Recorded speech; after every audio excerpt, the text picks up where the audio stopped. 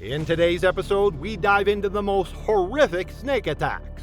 From a teen who jumped into a flooded canal not knowing a python was lurking in the muddy water, to a reckless researcher that was bitten twice by a black mamba thinking it was safe.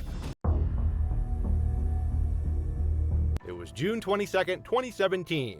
The Florida humidity hung heavy as the sun rose over suburban Gainesville. Inside a converted two-car garage on Maple Street, Brent Lively moved methodically through his morning routine, surrounded by the carefully controlled environment he had created for some of the world's most dangerous reptiles. Brent was a 34-year-old who had earned legendary status in Florida's exotic reptile community, not just for his extensive collection, but for his brazen handling methods that made seasoned herpetologists cringe. His social media accounts were filled with videos of him free-handling venomous snakes, delivering impromptu educational lectures, while timber rattlesnakes coiled inches from his bare feet. His followers numbered about 3,000. Drawn to his charismatic confidence and apparent fearlessness around creatures that could kill with a single bite, Brent held a Class II permit for venomous reptiles, which legally allowed him to maintain his collection, but he was notorious throughout the community for bypassing basic safety protocols. While other handlers used hooks, tubes, and protective equipment, Brent preferred direct contact, believing his experience and intuition provided better protection than mechanical barriers. His garage was a high-end serpentarium with climate-controlled enclosures and labeled racks holding snakes from around the world. Its most dangerous resident was Krishna, a 13-foot king cobra from Thailand. Strong, alert, and notoriously unpredictable. King cobras are not true cobras but belong to their own genus, Ophiophagus, which literally means snake eater. They are the world's longest venomous snakes, capable of growing over 18 feet in length and possess a level of intelligence that sets them apart from other serpents. Unlike many venomous species that strike and retreat, king cobras are aggressive defenders of their territory, capable of sustained attacks and multiple envenomations. On the morning of June 22nd, Brent began his routine cage maintenance, a process that required relocating Krishna to a freshly cleaned glass enclosure. Standard protocol uses a hook to guide the snake into a secure tube before transfer, minimizing contact and reducing strike risk. But Brent had always prided himself on his unconventional methods. Instead of using proper equipment, he reached directly into Krishna's enclosure, intending to lift the massive cobra by grasping it just behind the head, a technique he had demonstrated countless times in his social media videos. This time, however, Krishna was not in the cooperative mood. The king cobra, sensing the approaching hand as a threat to its territory, recoiled with lightning speed and struck Brent's wrist with surgical precision. The bite occurred just above his glove line, where a gap in his minimal protective gear left bare skin exposed. The half-inch fangs injected neurotoxic venom directly into Brent's bloodstream. Unlike tissue-destroying venoms, king cobra venom shuts down the nervous system by blocking signals between nerves and muscles. Surveillance footage later reviewed by authorities captured Brent's reaction with chilling clarity. Rather than panic or immediately seek professional medical help, he grimaced briefly, then walked calmly to his back room where he kept emergency supplies. Brent grabbed a vial of Thai anti-venom meant for king cobras, and without training or proper tools, tried to inject it himself. Anti-venom requires precise dosing and monitoring, even in hospitals. Brent's attempt was not only ineffective, but risked severe allergic reactions that could worsen the envenomation.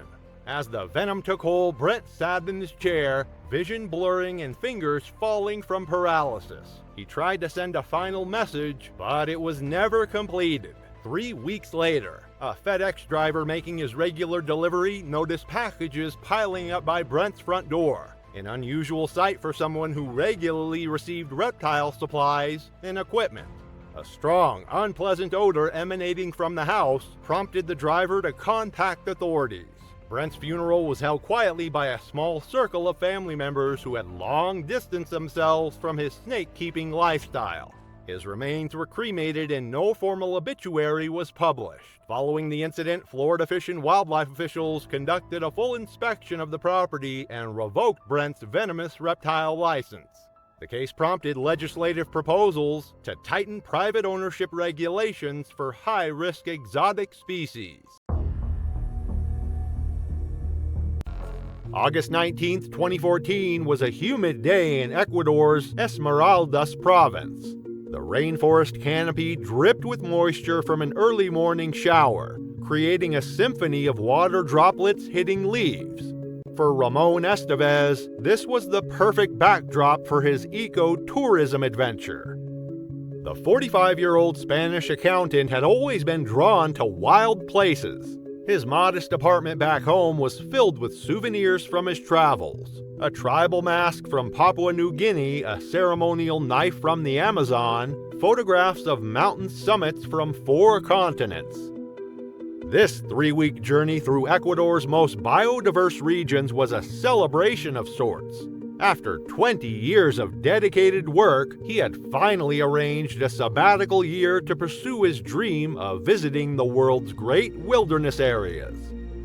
This particular morning, Ramon had joined a guided hike through a remote section of the Ecuadorian rainforest. The group consisted of Ramon, 2 other tourists, and their experienced local guide. They had been walking for nearly 3 hours, with the guide pointing out various medicinal plants and wildlife along the established trail. The guide had warned them about the dangers of the rainforest, including the South African bushmaster, locally known as Vuragosa or warty snake, due to its distinctive ridged scales. These vipers were masters of camouflage, with their brown and tan patterned bodies blending perfectly with the forest floor. Growing up to 12 feet long, bushmasters were the largest venomous snakes in the Americas and possess a potent hemotoxic venom that destroys tissue and prevents blood clotting. Around midday, the group paused near a small clearing. While the others rested, Ramon noticed a splash of color just off the trail, a rare orchid species he had been hoping to photograph. Without alerting the guide, he stepped carefully off the path, camera in hand, moving toward the base of a large ceiba tree where the orchids grew. Reaching the orchid, Ramon crouched down, adjusting his camera settings to capture the flower's intricate details. Satisfied with his photographs, Ramon prepared to return to the group. As he shifted his weight to stand, his boot disturbed a thick layer of leaf litter near the base of the tree. The South American bushmaster, Lachesis muta, had been perfectly camouflaged among the brown and tan leaf litter. At up to 12 feet long, the bushmaster is the largest pit viper in the Americas, with heat-sensing pits that allow it to detect warm-blooded prey with precision. Despite its size, its pattern of tan and brown scales creates perfect camouflage among fallen leaves. This snake was likely hunting for small mammals that frequented the area. Bushmasters are primarily nocturnal hunters, but this one had remained in its daytime resting spot rather than retreating to a burrow. The bushmaster, disturbed from its resting place, reacted defensively. Before Ramon could process what was happening, the viper struck, driving its fangs deep into his lower leg, just above his hiking boot. The pain was immediate and intense, like 2 hot needles being driven into his calf muscle. Ramon cried out, stumbling backward and falling against a tree trunk. The snake, having delivered its defensive strike, slithered rapidly away into the undergrowth. Ramon's shout alerted the guide, who was at his side within seconds, the rest of the group hanging back in horror. The guide immediately recognized the severity of the situation upon seeing the distinctive bushmaster retreating into the underbrush. Unlike some venomous snakes that deliver dry bites without venom, bushmasters typically injected large amounts of venom with each strike, an evolutionary adaptation for killing prey like rabbits and agwits. The guide applied a pressure bandage and instructed the other tourists to help carry Ramon back toward the trailhead where their boat was docked. Unlike the neurotoxic venoms of cobras or mambas that attack the nervous system, the Bushmaster's hemotoxic venom worked by destroying tissue and preventing blood from clotting, a slower but equally deadly mechanism. The effects of the venom manifested within 30 minutes. Ramon's leg had swollen dramatically, with bruising spreading upward from the bite site as blood vessels ruptured beneath the skin.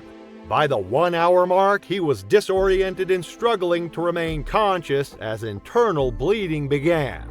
His blood pressure dropped dangerously as fluids leaked from his damaged blood vessels.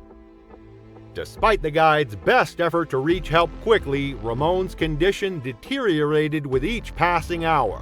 His breathing became labored and his pulse weakened as the venom circulated through his system. So they made the decision at that critical moment: get Ramon to the hospital as quick as possible. With all the strength they had, they assisted Ramon, carrying him shoulder to shoulder to the river where their only vehicle is located. By the 3 hour mark, they reached the river where their boat was docked. Ramon was barely responsive, his breathing shallow and irregular. Carlos immediately radioed ahead to the medical station, describing Ramon's symptoms and requesting that anti-venom be prepared. The boat journey downriver took another excruciating hour. By the time they reached the medical station, Ramon had lost consciousness completely. The rural clinic had basic anti-venom supplies, but not the specific Bushmaster anti-venom needed for optimal treatment. The doctor administered what they had available, a polyvalent antivenom designed to work against several pit viper species, while arranging emergency transport to a hospital in Esmeralda City. Despite the medical team's best efforts, Ramon Estevez was pronounced dead shortly after arriving at the hospital. Ramon had succumbed to the venom's effects. The autopsy revealed extensive internal hemorrhaging and tissue necrosis consistent with Bushmaster envenomation. Local authorities used Ramon's case to emphasize the importance of staying on marked trails and always remaining within sight of guides when in snake territory. The winter of 2012 brought unusually heavy snowfall to Oxford, Indiana. By early February, the small farming community was blanketed in white, with temperatures regularly dipping below freezing. Most residents stayed indoors, their homes warm havens against the bitter cold outside. But for Marcus Ashmont, 33, and his wife Rachel, 31, the frigid weather was a blessing. It meant their collection of exotic reptiles would remain comfortably docile in their carefully climate-controlled environment. The Ashmont farmhouse stood isolated at the end of a long gravel driveway surrounded by bare trees and snow-covered fields. From the outside, it looked like any other rural Midwestern home. White clapboard siding, a wraparound porch, and smoke curling from the chimney. But inside, it was a different world entirely. The couple had converted nearly half of their living space into what they called their reptile room, a humid, temperature-regulated environment housing over 15 snakes, lizards, and other exotic creatures. Marcus had been fascinated by reptiles since childhood. Growing up in Florida, he had spent his youth catching small snakes and lizards in his backyard, gradually developing an expertise that led to a job at a reptile import business after high school. It was there that he met Rachel, a quiet veterinary technician who shared his unusual passion. They shared the same interest, which made their relationship stronger, and they eventually got married. After moving to Indiana for Rachel's job at an exotic animal clinic, the couple had thrown themselves into building their collection. Marcus worked from home as a reptile breeder, selling rare morphs of legal species to collectors across the country. Rachel's veterinary background ensured their animals received excellent care, and their reputation in the reptile community grew steadily. What people didn't know, even their closest friends, was that the Ashmont collection included several illegal specimens. Hidden in specially built enclosures at the back of their reptile room were 3 reticulated pythons. massive constrictors whose ownership had been banned in Indiana following several fatal incidents across the country. The largest, a 16-foot female they called Medusa, had been acquired through underground channels 2 years earlier. The couple had received 2 warnings from local animal control about their collection after anonymous tips, but each time they managed to hide the illegal snakes before inspectors arrived. Rachel had expressed concerns about keeping such dangerous animals, especially after Medusa grew large enough to require 2 people to handle safely. But Marcus had dismissed her fears. Marcus would see them as puppies rather than predators, so her efforts were in vain. February 12th began like any other day. Rachel left for work at the veterinary clinic around 7 a.m., reminding Marcus that it was feeding day for the larger snakes. Marcus spent the morning answering emails from customers and preparing the frozen rabbits that would serve as meals for their largest pythons.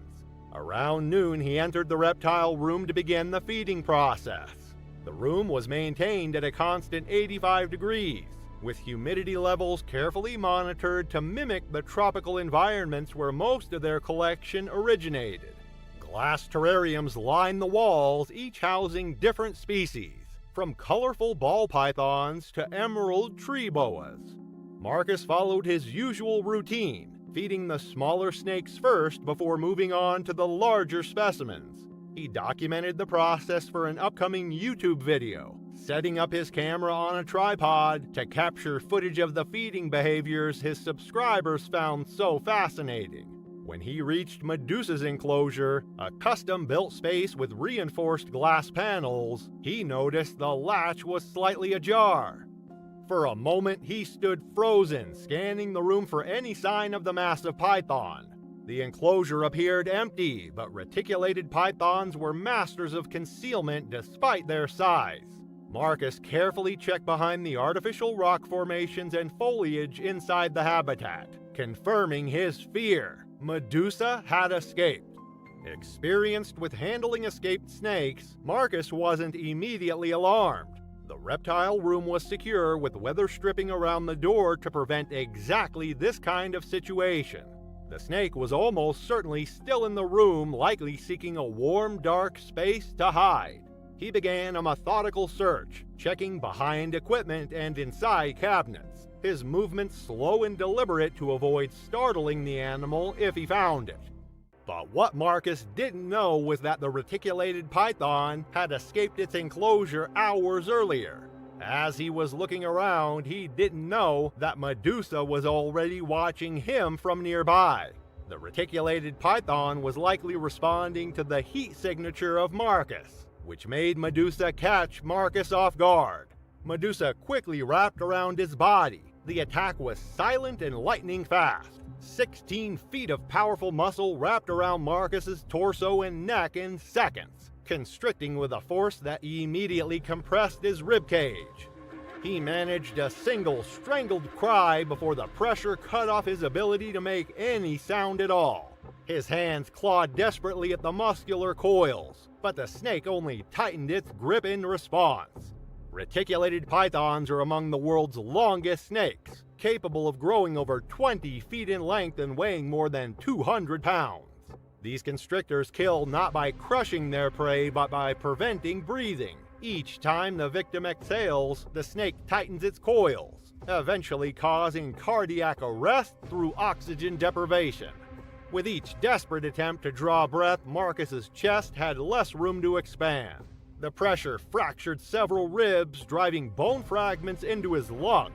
Blood vessels in his eyes burst from the pressure, and his vision began to darken at the edges. These snakes don't hunt humans, but can mistake them for prey when in close proximity. In his final moments of consciousness, Marcus's hand found his phone in his pocket. Unable to see the screen clearly, he attempted to dial Rachel, but only managed to call a random contact who didn't answer. The phone slipped from his fingers as the python continued to tighten its deadly embrace. At 5:30 p.m., Rachel returned home from her shift at the clinic. Calling out to Marcus and receiving no answer, she assumed he was filming in the reptile room and went to join him. The scene that greeted her when she opened the door would haunt her for the rest of her life. She found Marcus unresponsive on the floor with the snake still wrapped around his torso. Rachel's medical training kicked in immediately. She checked for a pulse, finding none, then began CPR while calling 911 on speakerphone. The emergency dispatcher instructed her to get away from the snake, but Rachel refused to leave her husband. As she continued resuscitation efforts, Medusa began to move again, sensing the vibrations of Rachel's movements. The python's head rose, tongue flicking out to taste the air, and began to slide toward her. Rachel remained frozen in place, torn between continuing CPR and retreating from the increasingly active predator. It was only when the dispatcher shouted through the phone that help couldn't be sent until the snake was secured that Rachel finally backed away, locking herself in the bathroom until animal control officers arrived 20 minutes later. By the time authorities secured the scene and paramedics could safely reach Marcus, he had been dead for hours. Medical examiners later determined that death occurred from asphyxiation due to thoracic compression, a typical cause of death in constrictor attacks. The python had maintained its grip long enough to ensure that even if help had arrived sooner, survival would have been unlikely. The investigation that followed revealed the full extent of the Ashmont's illegal collection. Besides Medusa, authorities discovered 2 other reticulated pythons, a black mamba, and several other prohibited species hidden in a false wall compartment.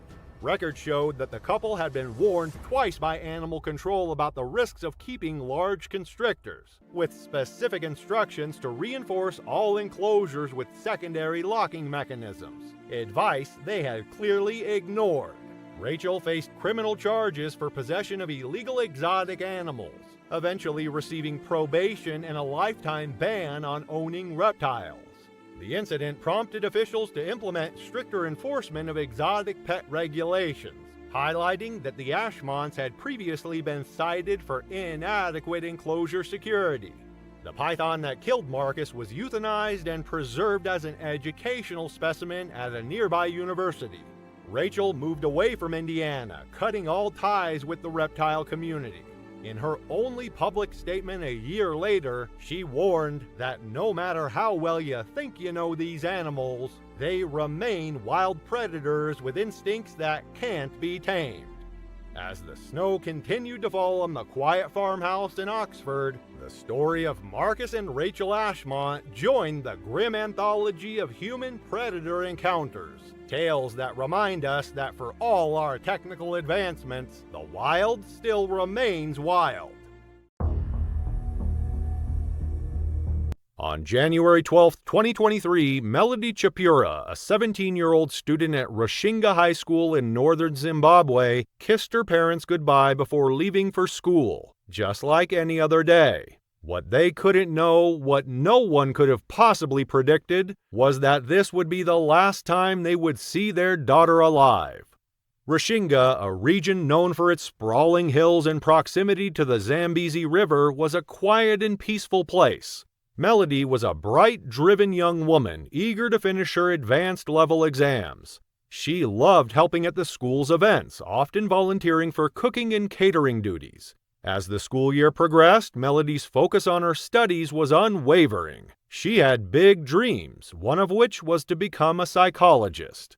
It was a typical Thursday morning when the events that would change everything began to unfold. After the festive holiday season, students were settling back into their routine. As usual, Melody and her classmates were outside playing sports on the school's playing field. Their laughter and shouts echoed across the grounds, filling the air with the sounds of youth and energy. But unbeknownst to the students, the earth beneath their feet was shaking with the movement of something much darker, something deadly. The culprit was one of the most feared snakes in all of Africa, the black mamba. Named for the black inside of its mouth, this snake is not only dangerous but swift, aggressive, and equipped with venom so potent that a single bite can kill 6 grown men. Measuring up to 9 feet in length, the black mamba is an apex predator in its own right. Though typically shy and inclined to avoid human contact, when threatened or cornered, it will strike without hesitation, injecting venom that attacks the nervous system, causing paralysis, respiratory failure, and death. Though the school grounds didn't typically serve as black mamba territory, being far from the snake's preferred habitat of tall grass or sugarcane fields, something had drawn the snake toward the school that afternoon. Whether it was the vibrations of the children playing or perhaps the scent of something that promised prey, the snake moved in silence, unnoticed by anyone. It was as if fate had chosen that day, that moment, to deliver a cruel twist. The snake, undetected by the students, slowly made its way up the concrete steps of the school building. The noise of the children outside had likely startled it, and it slithered its way inside the calm, quiet school. Through the open doors it moved, finding its way down the empty corridors of the building. Meanwhile, Melody and her classmates were finishing up their sports activities, their energy slowly winding down as the school day was about to end. Just before 4 p.m., the bell signaling the end of the day would soon ring. The students trickled back into their classrooms, eagerly awaiting dismissal. Melody entered her classroom, unaware of the silent threat that had already taken refuge on the floor by her chair. The snake, lying still in the corner, was waiting, its instincts sharp and ready. As Melody sat down and waited for her teacher, the atmosphere was calm. The hum of the afternoon seemed far away. But then it came. A sharp, excruciating pain exploded in her thigh. It was unlike anything she had ever felt. She glanced down only to find herself staring into the unblinking black eyes of the black mamba. Slowly, deliberately, the snake's head rose from its body, its black mouth gaping open, tongue flicking in and out, hissing menacingly. Melody froze. Before Melody could fully comprehend the danger, the snake struck again. A piercing scream echoed through the classroom as Melody cried out, her voice filled with terror. Her classmates turned in horror, witnessing the nightmare unfolding before them. The snake, with its menacing strike, was now fully engaged in its deadly attack. Panic set in. Students screamed in fear and leaped out of the windows to escape. Teachers rushed to Melody's side, but the venom was already making its way through her body. In those frantic moments, the reality of the situation became all too clear. Time was running out. Within 5 minutes, Melody was being rushed to the nearest medical clinic, Ringa Medical Clinic, but it felt miles away. The snake was unmistakably a black mamba, and everyone knew the gravity of the situation. But the worst thing of all, the black mamba was nowhere to be found anymore. It's like he slithered into an invisible corner. Melody's chances of survival depended on immediate access to antivenom. In Africa, where access to healthcare can be scarce, especially in rural areas, time is often the difference between life and death. The black mamba's venom worked swiftly, racing toward the victim's central nervous system, paralyzing the muscles needed for basic bodily functions, including breathing. If untreated, the victim can die within hours.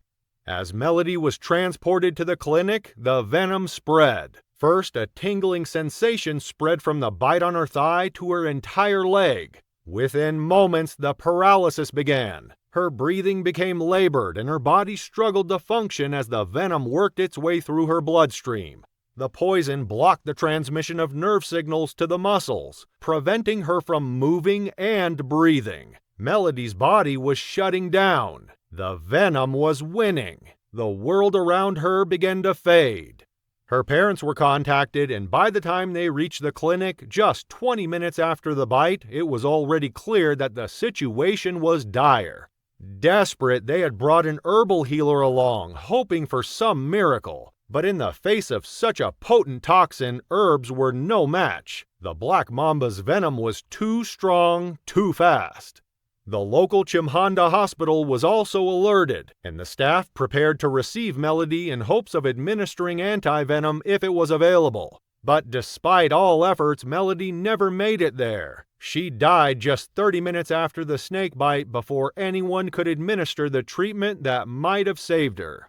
The tragedy shocked the entire community. How could this have happened? The snake, once spotted by a villager earlier in the day, had been attacked by someone, but it had slithered off, seeking refuge in the school. Some speculated that the snake might have been looking for shelter from the heat of the day, choosing the cool confines of the classroom as a safe haven. But no explanation seemed to make sense. How did a black mamba end up inside a building so far from its typical habitat? For Melody's parents, the loss was devastating. Melody had been full of life, with a bright future ahead of her. She had always been active, helping others, and had dreams of becoming a psychologist. But in a cruel twist of fate, those dreams were shattered in a split second. Her father, Joseph Chipura, a ZANU PF counselor in Rishinga, was left to mourn the loss of his only daughter. He described her as an ambitious, kind-hearted young woman with a passion for helping others. She had been excited for the future, full of plans and aspirations that would never come to fruition. The shock of the event rippled through the community. The black mamba, a creature known for its deadly venom and swift movements, had taken a life so quickly, so unexpectedly. And though medical staff worked tirelessly to try and save her, there was nothing anyone could do in the face of such a deadly force of nature. It was a quiet morning on August 2, 2012 at William Martin's home in Harpers Ferry, West Virginia. Known as Marty to those close to him, William had spent his life immersed in the study of timber rattlesnakes. At 80 years old, he was considered a leading authority in herpetology. His career, built on a deep passion for the venomous snakes of the Bull Run Mountains, had earned him respect across the scientific community. Marty had developed a fascination with snakes as a child. At just 13 years old, while exploring the Bull Run Mountains, he made a remarkable discovery: a population of timber rattlesnakes never before documented. He convinced Dr. Leslie Bearer, a professional herpetologist, to visit the area and confirm his findings. This early encounter ignited a lifelong pursuit. Despite his small stature, Marty's tenacity led him to document snake populations across the globe. In his 20s, he co-founded the Virginia Herpetological Society and earned a degree in biology from the University of South Florida after serving as a paratrooper in Vietnam. Over the years, Marty had encountered many rattlesnake bites. While some were dry, others left their mark. The pain was always searing, spreading from the bite site and weakening his body. But his resilience never faltered. He continued to handle timber rattlesnakes, pushing through the discomfort to further his research.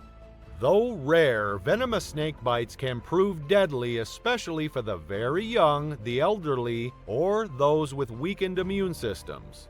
Rattlesnake strikes are fast, capable of traveling 6.5 miles per hour, covering up to 3 feet in the blink of an eye. Despite his knowledge and experience, Marty's luck was about to run out. On that morning in 2012, Marty was at home as he had been countless times before, preparing to handle his pet timber rattlesnake. It was a creature he knew well, having worked with these snakes for decades. As Marty approached the enclosure, the rattlesnake let out a hiss, perhaps a warning. He didn't take it too seriously, though. He was used to this routine. But before he could react, the snake lunged. The strike was so rapid that it caught him off guard. In an instant, the snake's fangs sank into his left hand, a bite that would prove to be unlike any other he had experienced. William dropped the snake back into its enclosure, his heart pounding. He quickly assessed the damage. 2 small puncture wounds were visible on his hand, with blood trickling out. He knew the feeling too well. The tingling sensation that spread up his arm was a familiar sign.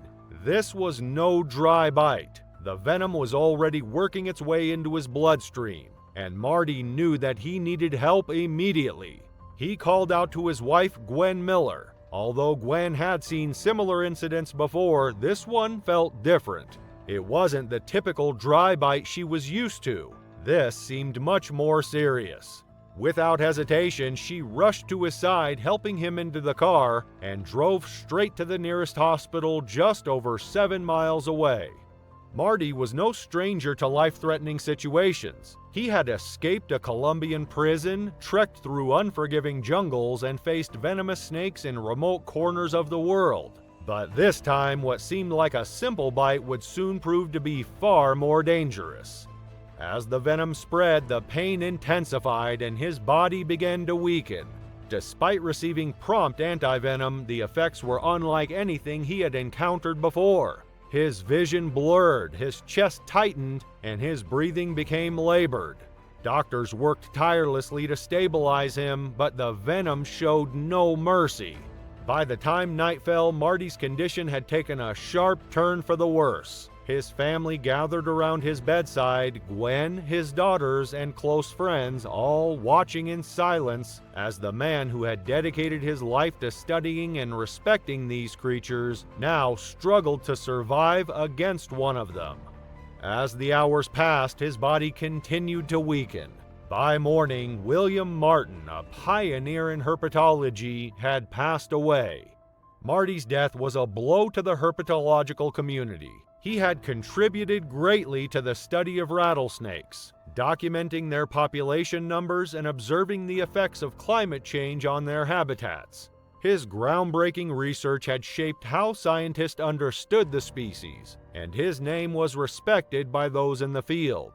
He had been featured in documentaries, including one with Steve Irwin on the Crocodile Hunter series, where he shared his knowledge of timber rattlers with the world. Yet, in the end, it was a single strike from a snake he had handled countless times before that claimed his life. The news of his death rippled through the community. Tributes poured in, recounting his dedication to studying rattlesnakes, his adventurous spirit, and his refusal to let age slow him down. Even those who had never met him felt the loss, as his contributions had shaped their own work. It was August 3rd, 2015, late afternoon, when Marcus Leventhal made his final jump into the flooded drainage canal in western Florida. The 15-year-old high school sophomore had been seen earlier that day by a neighbor running shirtless along the concrete embankment behind an abandoned housing development. He laughed loudly and jumped into the murky, debris-filled water. It would be the last time anyone saw Marcus alive. Marcus was known throughout his neighborhood for his reckless curiosity and insatiable appetite for danger. His friends and family noted a pattern of increasingly risky behavior, trespassing in storm drains, exploring abandoned buildings, and handling venomous snakes with casual confidence. He had been raised with little supervision. His father worked long shifts as a tow truck operator, and his mother had moved out years earlier. With no clear boundaries and few consequences, Marcus learned to see rules as suggestions and danger as a challenge, not a warning. The summer of 2015 hit South Florida hard. Hurricane Debbie caused widespread flooding that overwhelmed several illegal exotic animal breeders near Weston, allowing dozens of non-native species to escape. Among them were Burmese pythons bred for the pet trade. Wildlife officials have been tracking the predators for months, but the region's canals and drainage systems made containment nearly impossible. Burmese pythons are among the world's largest snakes, with specimens regularly exceeding 20 feet in length and weighing over 200 pounds. These massive constrictors possess incredible strength. Their muscular coils can exert pressure of up to 90 pounds per square inch, enough to stop blood flow and cause cardiac arrest in prey within minutes. The drainage canal where Marcus chose to swim that day had been transformed by recent rains into a perfect hunting ground for displaced predators. The water was high, murky, and filled with organic debris that provided ideal camouflage for ambush hunters. Palm fronds, construction materials, and storm runoff had created a maze of hiding spots where a large python could remain completely concealed while waiting for prey to venture within striking distance. Marcus had arrived at the canal alone that afternoon, ignoring frantic texts from friends who had planned to join him but were prevented by family obligations. His phone, wallet, and discarded shirt were later found wedged under a drainage grate. suggesting he had prepared for an extended swimming session in the contaminated water. Witnesses reported seeing him dive repeatedly, apparently searching for something beneath the surface, behavior that would have created the perfect opportunity for a python lying in wait among the submerged debris. Investigators believe the attack occurred in the knee-deep reeds near the canal's edge, where Marcus may have been diving or wading when the python struck. The snake likely mistook the splashing teenager for natural prey, wild pigs, deer, or large birds that frequently visit water sources in South Florida. The strike would have been sudden and violent. Pythons bite first to anchor their grip, then coil with explosive force, crushing the chest and cutting off blood flow within seconds. As Marcus struggled, every exhale allowed the coils to tighten further, collapsing his lungs and halting circulation. Death usually comes in under a minute, not from the bite, but from the sheer mechanical pressure of being slowly crushed alive. There were no signs of a fight, no defensive wounds, no screams. The ambush likely left him stunned and helpless as the snake finished its work. In the thick brown water surrounded by reeds and garbage, the scene was hidden from view. By the time anyone might have passed by, there was nothing left to hear or see. Just silence, and the slow drag of something heavy slipping below the surface. When Marcus failed to return home, his parents alerted authorities and search teams began combing the canal. But the murky, debris-filled water made recovery efforts nearly impossible. 2 days later, licensed python trapper Jorge Rivas spotted a bloated 13-foot Burmese python downstream, coiled beneath a leaning tree and showing signs of a recent large meal. He euthanized the snake and, during dissection, discovered the partially digested remains of Marcus, still identifiable by a skate park wristband. Forensics confirmed he had been swallowed whole, likely within hours of the attack, with dental records and personal items proving final confirmation. Marcus's death prompted immediate action from local authorities, who issued renewed warnings about post-storm wildlife hazards, particularly in neighborhoods adjacent to canal systems. A temporary fencing program was implemented near known drainage routes, and wildlife officials intensified their efforts to locate and remove escaped exotic species from suburban areas. Marcus was buried 3 days later in a quiet service attended by classmates, teachers, and extended family. His casket was closed, and grief counselors were brought into his school the following week to help students process the sudden, violent loss. September 3, 2016 began with a gentle mist hanging over the rice paddies of Chiang Rai, Thailand. The early harvest season had brought the entire community to the fields, including 13-year-old Molly Ratanpong and her grandparents. Molly was the pride of her family, bright, hard-working, and unfailingly kind. Unlike many children her age who dreamed of escaping to Bangkok, Molly loved the rhythm of rural life. She excelled in school, particularly mathematics and science. Her teachers often told her parents she could earn a university scholarship if she continued her diligent work. This particular harvest had begun early due to concerns about approaching storms. The entire village had mobilized, with families working from dawn until dusk to bring in the crop that would sustain them through the coming year. As the sun began to disappear, Molly's grandparents called for her to stop her work, but she refused to. She wanted to continue, which her family agreed to, knowing she never got home late. Molly set down her basket of cut rice and headed toward the canal that separated their family's paddy from the neighboring field. The narrow waterway was lined with thick vegetation, a mix of tall grasses, bamboo, and tangled shrubs that provided habitat for the frogs, snakes, and small mammals that were part of the rice field ecosystem. As she approached the spot where she'd left her sickle, the fading light made it difficult to see clearly. Molly stepped carefully along the muddy bank, mindful of her footing on the slippery surface. She reached down to grab the sickle, her fingers just brushing the handle. What Molly couldn't see in the gathering dusk was the massive reticulated python that had been watching her approach. The 16-foot snake had been hiding in the thick brush along the canal, its patterned skin providing perfect camouflage among the shadows and vegetation.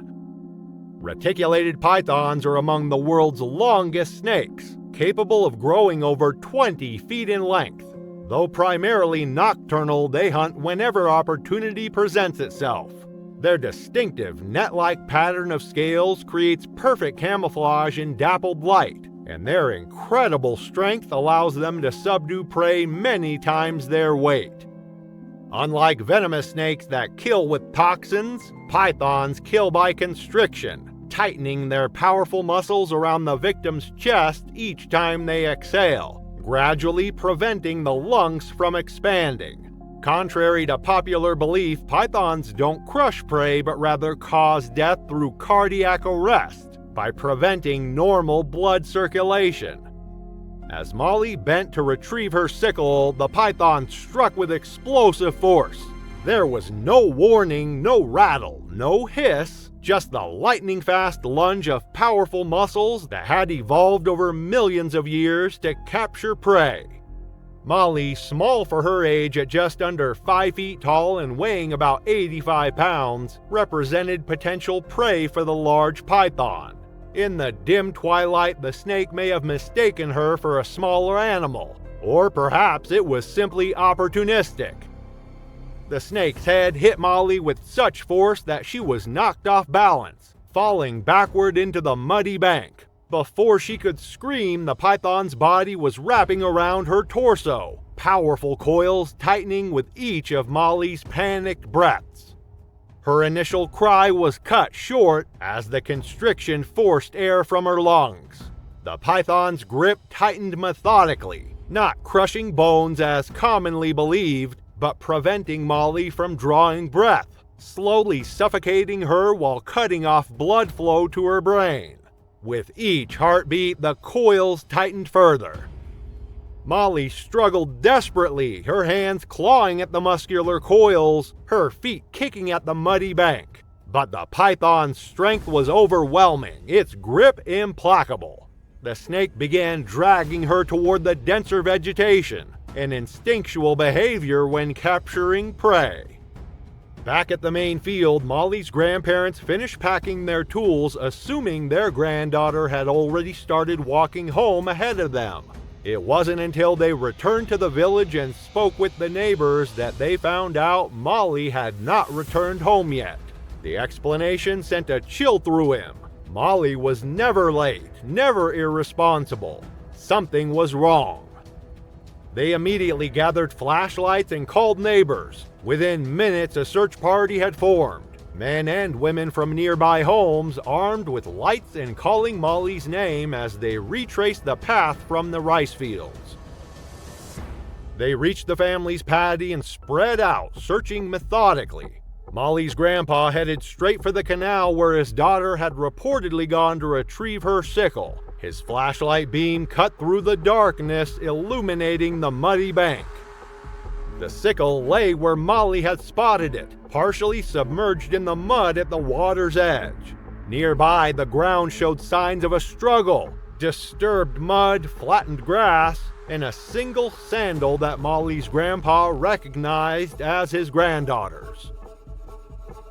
The search party converged on the spot, their lights scanning the area. One of the men, a former hunter named Chai, noticed the drag marks leading into the thick vegetation along the canal.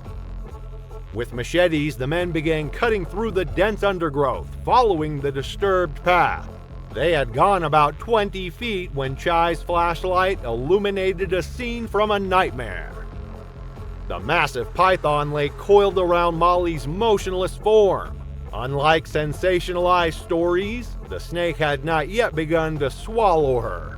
Pythons typically wait hours after a kill before beginning to consume large prey. Instead, it remained tightly wrapped around her body, still applying pressure even though Molly had already succumbed to asphyxiation. Molly's grandpa's anguished cry echoed across the fields. The men rushed forward, machetes raised. The python, disturbed by the lights and noise, attempted to retreat deeper into the vegetation, still gripping its prey. Chai, acting on instinct and rage, brought the machete down on the snake's neck, severing its head with a single powerful stroke. The massive body continued to writhe and coil for several minutes, a reflex action that continued even after death. When they finally managed to unwrap the python's massive coils from Molly's body, it was clear she had been dead for at least an hour. Her face was peaceful, almost as if she were sleeping, but her lips had turned blue from lack of oxygen. News of the tragedy spread quickly through the province. By morning, local wildlife authorities had arrived to investigate, confirming that the python was 18 feet long. It was large but not exceptional for the species, which can reach over 20 feet in the wild. Experts noted that the snake was healthy and in its prime, likely having established a territory along the canal where small mammals came to drink. The incident sent shockwaves through the community. Farmers were advised to work in pairs and avoid the canal areas during dawn and dusk when pythons are most active. Wildlife biologists explain that such attacks were extremely rare. Reticulated pythons, despite their size, typically avoid humans and prefer natural prey like monkeys, pigs, and deer. The attack on Molly was an anomaly, a tragic intersection of human and animal territories in a changing landscape where agricultural development increasingly encroached on wildlife habitat.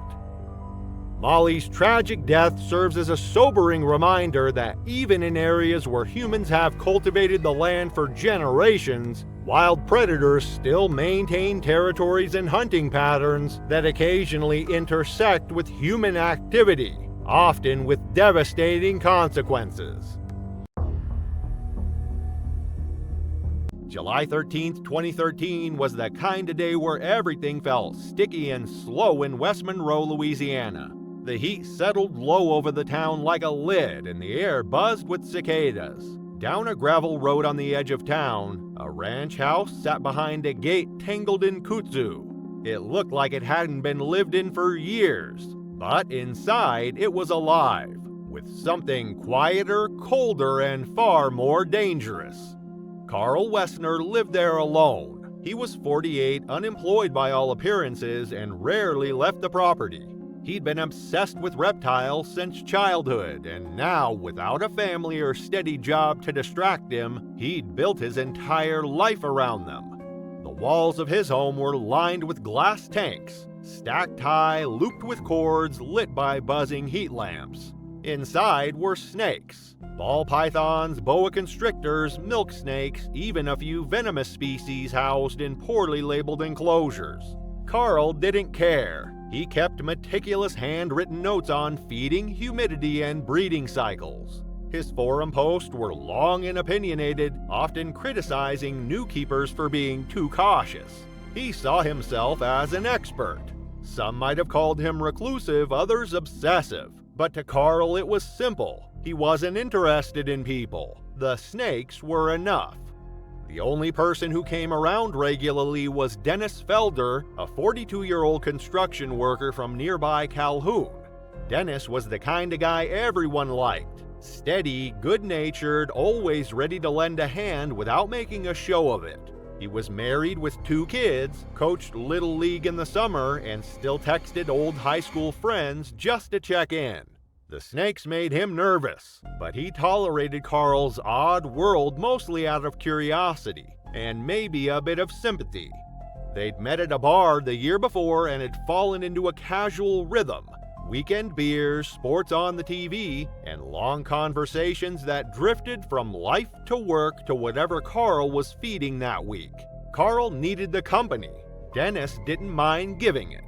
The visits always followed the same pattern. Carl would eventually start talking about one of the snakes, usually Sadie, his favorite, and press Dennis to hold her. Dennis always laughed it off, but Carl didn't let it go. Over time, the suggestion turned into a challenge. Dennis wasn't reckless, but he hated looking like he was scared of something. Carl knew that, and he leaned into it.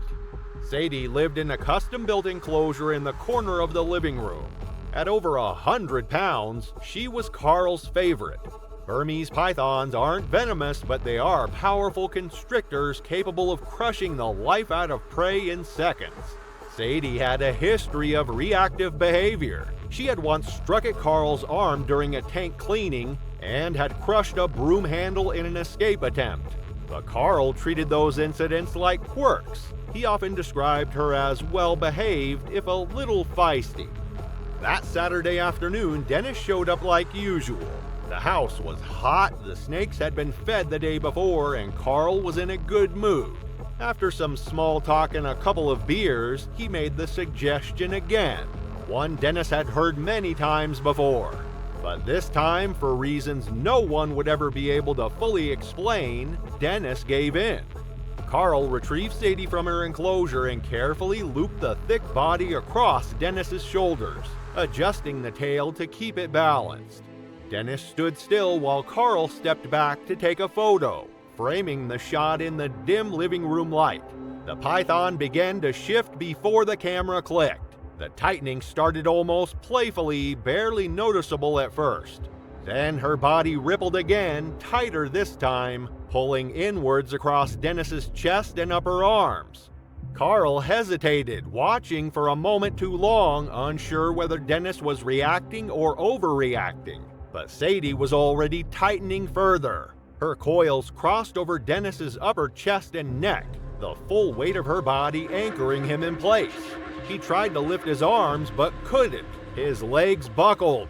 By the time Carl dropped the phone and rushed forward, the python's body had locked in completely.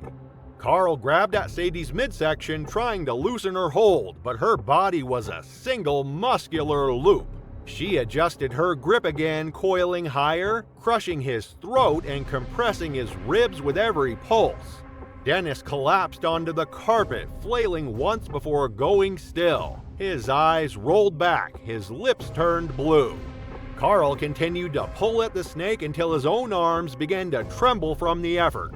Sadie didn't release him until minutes later, her body slowly unwinding as the struggle faded. Carl froze for several seconds before grabbing his phone with his shaking hands and dialing 911. His voice cracked on the call. He didn't say the word dead, just that his friend wasn't breathing and that a snake had attacked him. The dispatcher told him to remove the animal if possible. He tried, but Sadie was still partially coiled around Dennis's torso, her body loose but unmoving, her tongue flicking lazily at the air. Carl backed off and opened the front door, pacing in tight circles as sirens drew closer.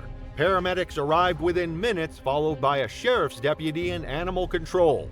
The living room was cramped, humid, and silent except for the hum of the heat lamps and Carl's panicked breathing. One EMT knelt beside Dennis to check for a pulse, while another began the process of freeing what remained of Sadie's grip. She didn't resist. The team moved fast, lifting Dennis onto the floor and initiating chest compressions while an oxygen mask was fitted and IV lines were prepped. They worked through every protocol, but there was no rhythm, no breath. Dennis was pronounced dead at the scene. The coroner's report later confirmed asphyxiation as the primary cause of death, with additional trauma to the trachea and upper cervical vertebrae. His carotid arteries had been compressed within seconds. The damage was survivable only if the pressure had been released almost immediately. But by the time Carl realized what was happening, it was already too late. Public response was swift. Animal control seized over 30 snakes from Carl's home the next morning, including several venomous species he wasn't legally allowed to keep. The enclosures were unstable and poorly labeled, some built from old aquariums or furniture. Sadie was transported to a wildlife facility but euthanized days later due to her size and aggression history. Investigators uncovered an old forum post where Carl had described her as unpredictable, a detail later included in the case file. Though Carl wasn't criminally charged, he was permanently banned from owning exotic animals. The story faded from headlines, but the truth remained. Dennis had never wanted to hold that snake. He only agreed because someone he trusted wouldn't stop asking. It was just another typical summer day in the sleepy town of New Brunswick, Canada in August 2013. For Connor and Noah Barth, two young brothers full of energy and adventure, it was no different. It was meant to be a carefree playdate, but who knew all playdates weren't just fun and games? How were the boys supposed to know that one wrong move would ultimately lead to their devastating demise, leaving the town and their family forever changed? On that day, the boys were filled with excitement as they left their home, heading for a friend's place next door. The sun was bright, the air warm, and their minds were set on fun and exploration.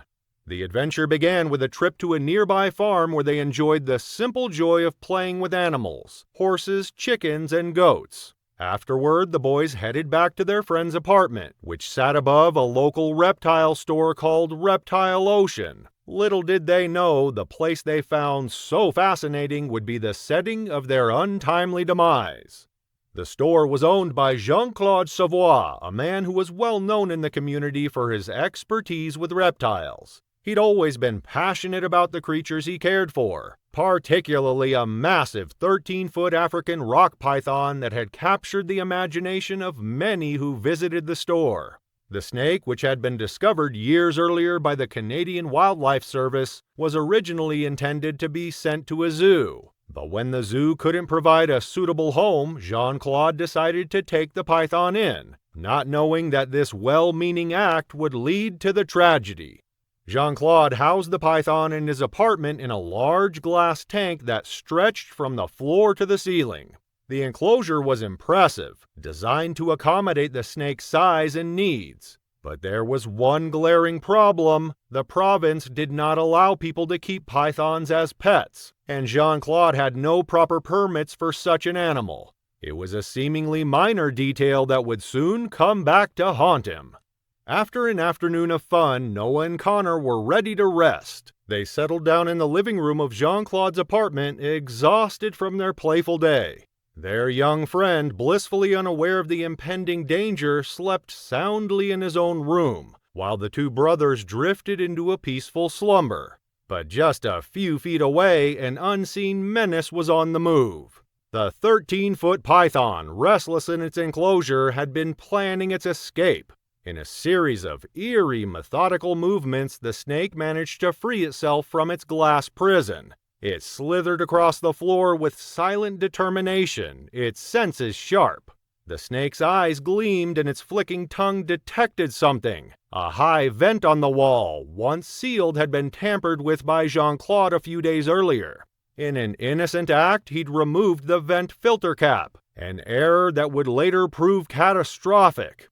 The snake, drawn by unfamiliar smells, made its way toward the vent, squeezing its head into the exposed opening. With terrifying precision, the python navigated the ventilation system that ran above the room where the brothers lay sleeping.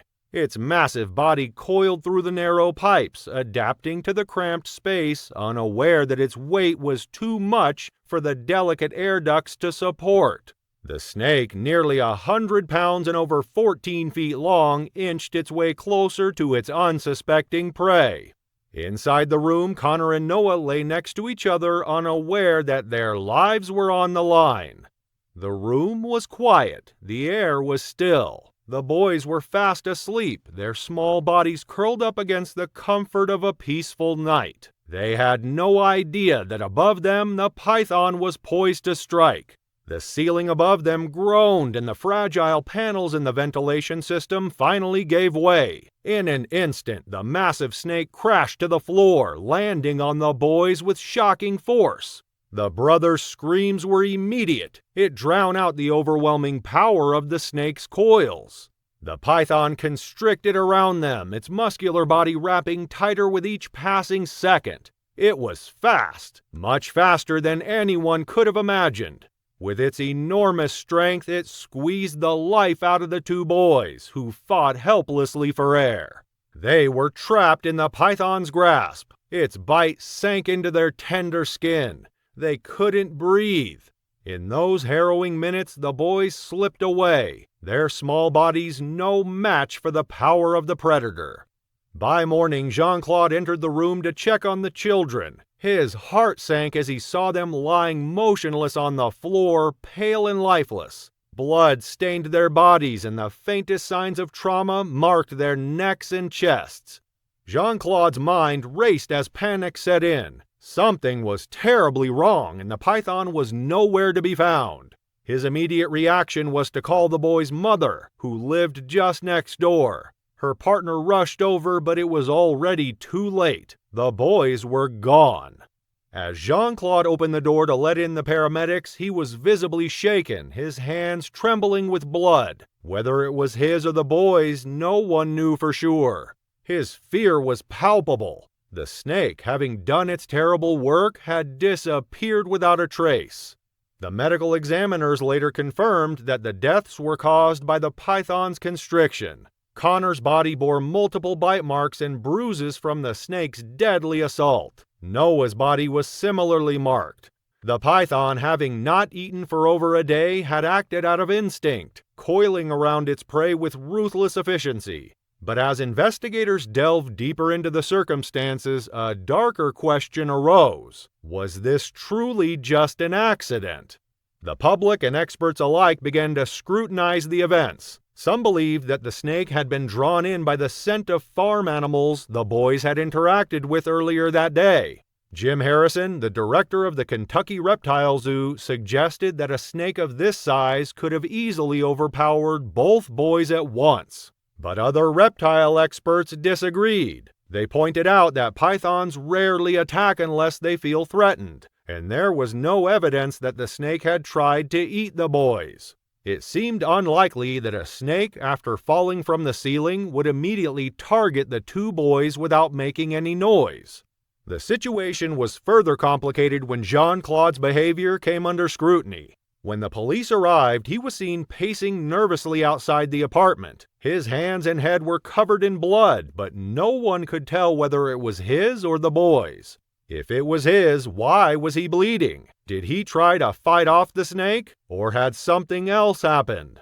Was it a tragic accident, or was there more to the story than met the eye? For 18 months, the case hung in limbo. The Royal Canadian Mounted Police finally arrested Jean-Claude, charging him with criminal negligence in February 2015. But when the trial came to court in November 2016, the jury found him not guilty. Despite the court's ruling, the loss of Connor and Noah remained an unhealable wound for their parents. The photos shared by their mother, Mandy Tricardin, were heartbreaking. They showed two vibrant, joyful boys smiling as they cleaned the python's enclosure just days before their deaths.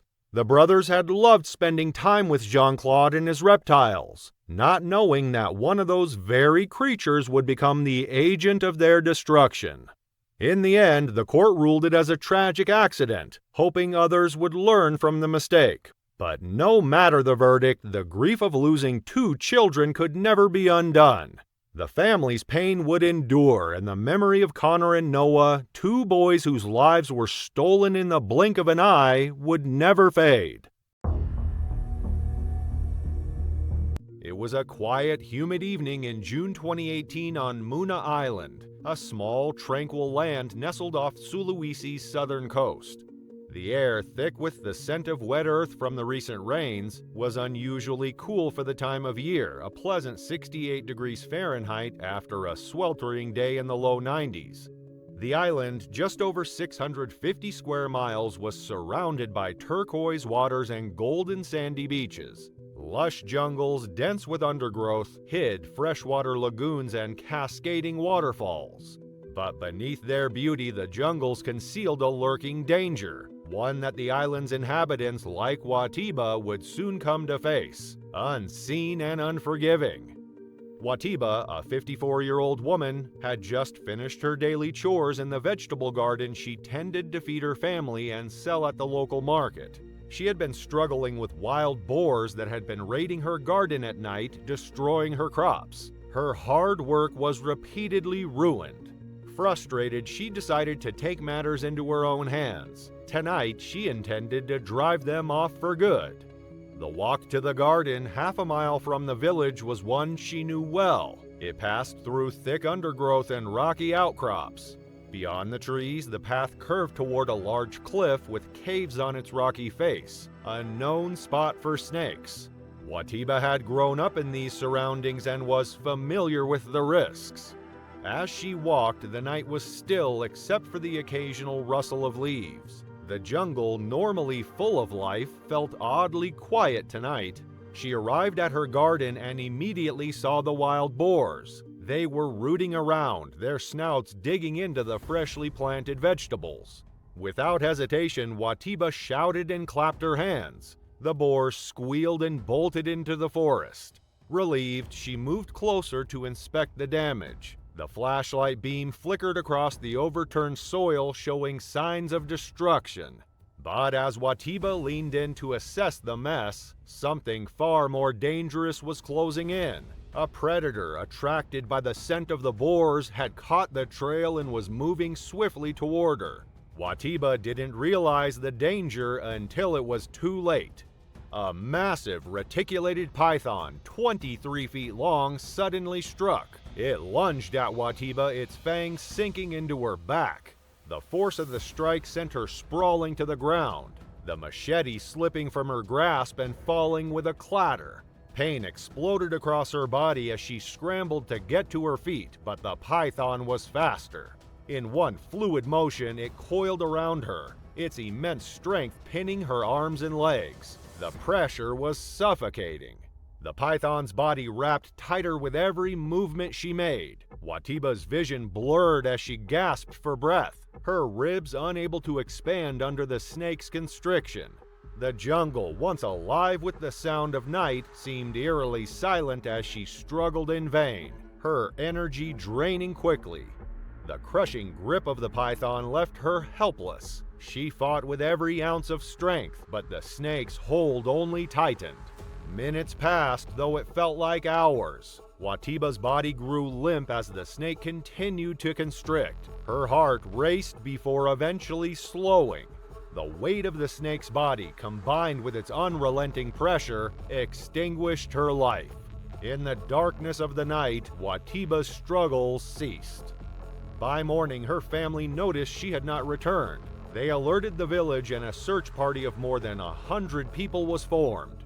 They retraced her steps, finding her flashlight and sandals near the garden, but no sign of her. The village grew desperate. Then a cry rang out. A villager had found something. A 23-foot reticulated python was struggling to move, its bloated body suggesting something inside it had been consumed. The search party killed the snake, severing its head before carefully carrying its enormous body back to the village. When the snake was laid out on the ground, a sharp knife was used to cut open its belly. What they found inside shocked them. Watiba's body, still intact and wearing the same clothes she had worn the night before, emerged from the python's gut. The village stood in stunned silence, some gasping in disbelief. The sight was too much to bear. Watiba had become the snake's prey. Her body was carefully laid out, and the villagers, shaken by the discovery, could only look on in horror. The event sent shockwaves through the community, and fear of the surrounding wilderness grew. The island had always been a place of peaceful isolation, but the encroachment of human activity on the natural world was beginning to cause increasingly dangerous encounters between people and wildlife. The balance had shifted, and the shadow of danger was now closer than ever. Watiba's funeral took place that same day, a somber event in which the village came together to mourn the loss of one of their own. Her children, still too young to fully grasp the enormity of what had happened, had to say their final goodbyes. When she left that evening to tend to her garden, no one could have predicted it would be the last time they would ever see her. The tragedy of Watiba's death was a grim reminder of the growing risks humans face as they encroach on the natural habitats of predators like the reticulated python. These large snakes, though typically not inclined to hunt humans, are opportunistic predators. As the forested areas of Sulawesi continue to be cleared for agriculture, these snakes are increasingly forced into contact with human settlements, and attacks like this have become more frequent. In the year before, another man had been killed by a reticulated python while working on a palm oil plantation in Sulawesi. The man's body was discovered inside the snake, much like Watiba's. June 9, 2015 was a sweltering day in Miami, Florida, with temperatures climbing into the high 90s and humidity that made the air feel thick and oppressive. As night fell, the temperature remained uncomfortably warm, prompting many residents to crank up their air conditioning units to find relief from the tropical climate. Eliza Carradine was a 29-year-old graphic designer who had moved to Miami 2 years earlier, drawn by the city's creative energy and year-round sunshine. Eliza loved bright colors, covering her apartment with indoor plants, and reading books at night. With her bright smile and easygoing personality, she had quickly made friends in her apartment building and around the neighborhood. Living alone in a modest one-bedroom apartment in Little Havana, Eliza had created a cozy space filled with plants, artwork, and books. She had recently been promoted to senior designer and was excited about the new responsibilities and creative challenges that came with the position. That particular day had been especially exhausting for Eliza. After grabbing food, she returned to her apartment looking forward to a quiet evening of relaxation. After dinner, Eliza took a long shower, changed into her comfortable pajamas, and settled into bed. The summer heat had prompted her to turn up the air conditioning. She began to drift off to sleep. What Eliza didn't know was that her upstairs neighbor had been illegally keeping exotic pets in his apartment for years. Among his collection was a 16-foot Burmese python that he raised in secret, against both building regulations and Florida state law. That night, the massive snake had managed to escape its inadequately secured enclosure. It had slithered out of the neighbor's apartment through his partially open balcony door.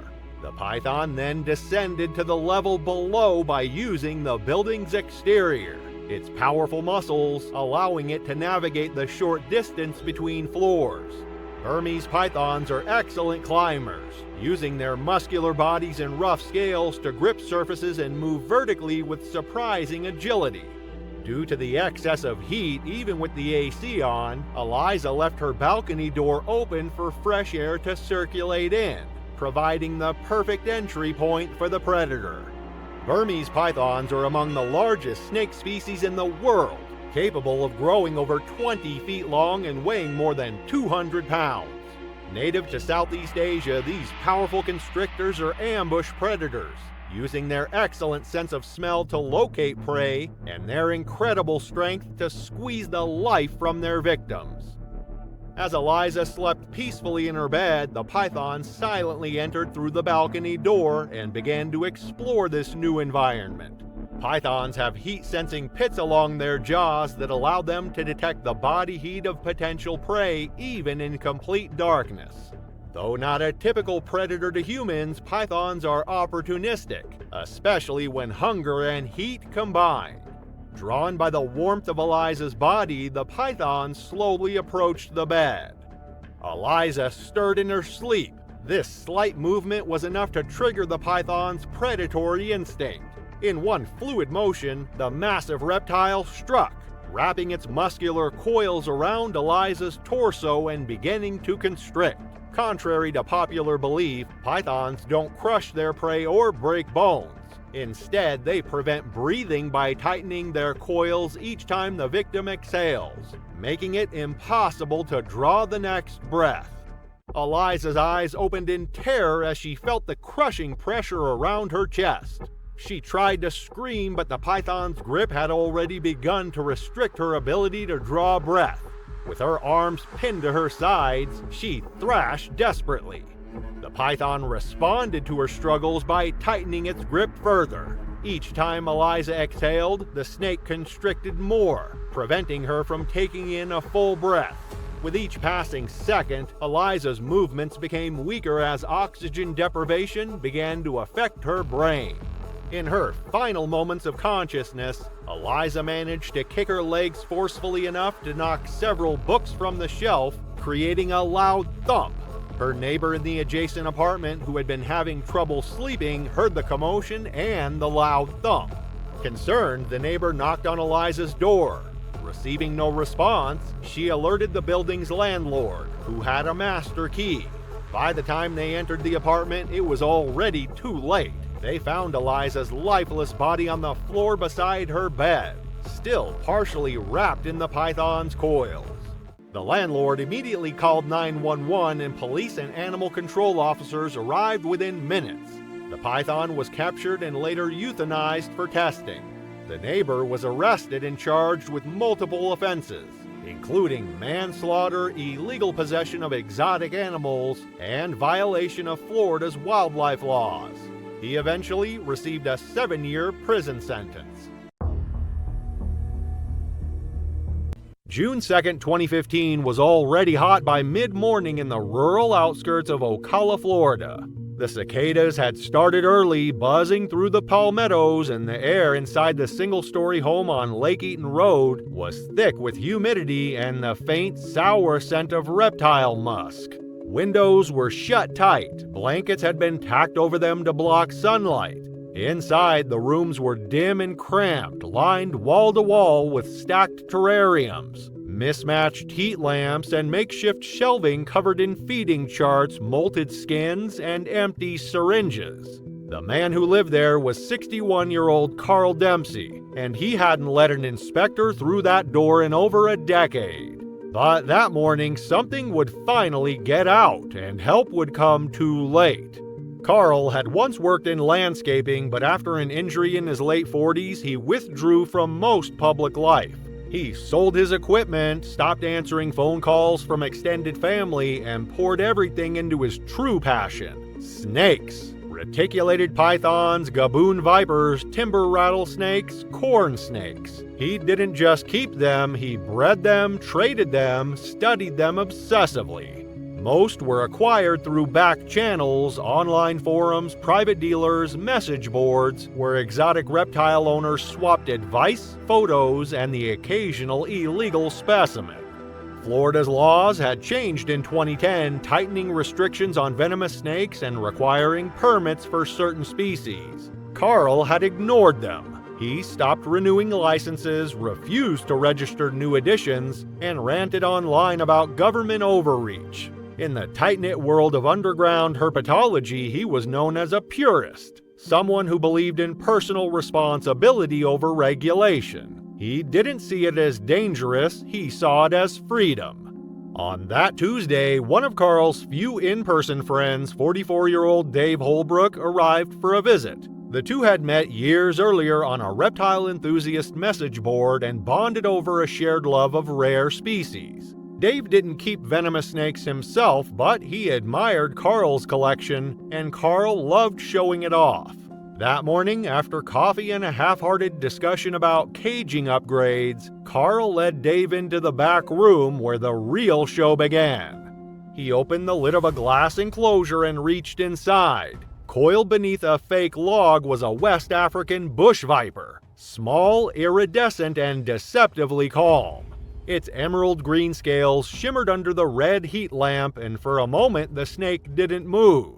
Carl extended his hand confidently, intending to guide it out with a hook, but opted instead for his usual bare hand method. As his fingers hovered over the coils, the viper lashed out. It struck faster than either man could register. The motion was so fast, so fluid, that it was almost over before it began. Just a flash of movement and the sharp pop of fangs breaking skin. The snake latched onto the knuckle of Carl's left index finger and held it for nearly 2 seconds, jaws clamped tight, before retreating back into the shadows of the enclosure. Carl recoiled instantly, swearing, blood running down the side of his hand. The bite marks were clean but deep, 2 dark punctures already beginning to swell. He squeezed the wound, cursing again, and tried to laugh it off, waving away Dave's concern. But Dave had seen the strike. He knew enough about venomous snakes to recognize what they were dealing with, and it wasn't a dry bite. Within minutes, Carl's hand began to change. The skin around the bite turned red, then purple, then nearly black. His fingers stiffened, curling involuntarily, and the veins in his wrist bulged beneath the surface. Dave hovered anxiously, urging him to call for help, but Carl refused, shaking his head and stumbling to the kitchen to grab his makeshift first aid supplies. His attempt to treat the bite was crude. He rinsed the wound under cold water, applied antibiotic ointment, and wrapped it in gauze that quickly soaked through with blood. He had no antivenom, few private keepers did, and even fewer had the legal ability to store or administer it. Instead, he downed 2 Benadryl tablets and poured himself half a glass of whiskey, muttering that it would all blow over. But it didn't. By the 40-minute mark, the swelling had spread past his elbow. His breathing grew shallow and sweat beaded on his forehead as his body temperature began to drop. He vomited twice, collapsing onto the floor and groaning in pain. His vision blurred, and when he tried to sit up, he collapsed again, this time harder. His hand, now 3 times its normal size, had turned nearly blue. Dave begged him to let him call 911, but Carl grew angry, panicked in a way Dave hadn't seen before. He muttered about the state taking his snakes, about raids and citations, about everything he'd built being destroyed. He said it wasn't worth it. He said he just needed to rest. And then he passed out. Right there on the linoleum floor, his arm grotesquely swollen and leaking blood through the gauze. His lips had turned pale, his breathing was ragged, shallow, and spaced unevenly. At 3:40 p.m., after watching Carl seize violently and lose consciousness again, Dave finally picked up the phone and made the call, ignoring his friend's warnings and deciding that saving his life mattered more than protecting his illegal hobby. Paramedics arrived 9 minutes later, forced to enter through the back door when no one answered. They found Carl on the living room floor, unresponsive, his arm mottled and swollen nearly to the shoulder. He was barely breathing. They attempted resuscitation on site and administered epinephrine and fluids. But by the time the ambulance reached the hospital, Carl had gone into full cardiac arrest. He was pronounced dead at 4:32 p.m. Inside the home, first responders found over 70 snakes, several venomous, most improperly housed, and none legally documented. Animal control officers were called in to begin the process of identifying and removing the reptiles. Some were euthanized on the spot, others were transferred to wildlife sanctuaries and research centers. The entire house was deemed a biohazard. Carl's collection, his obsession, was dismantled within 48 hours. There was no funeral, no obituary. Dave provided a statement to authorities and quietly deleted his forum accounts a few weeks later. Online, in the darker corners of the reptile community, a few posts appeared mourning Carl's death. Others called him a martyr, someone who had died for the freedom to keep what he loved. But outside that world, the story was simple. A man ignored the law. He kept dangerous animals in secret, and when one of them bit him, he refused the help that could have saved his life. Not because there wasn't time, not because help didn't come, but because he didn't want anyone to know.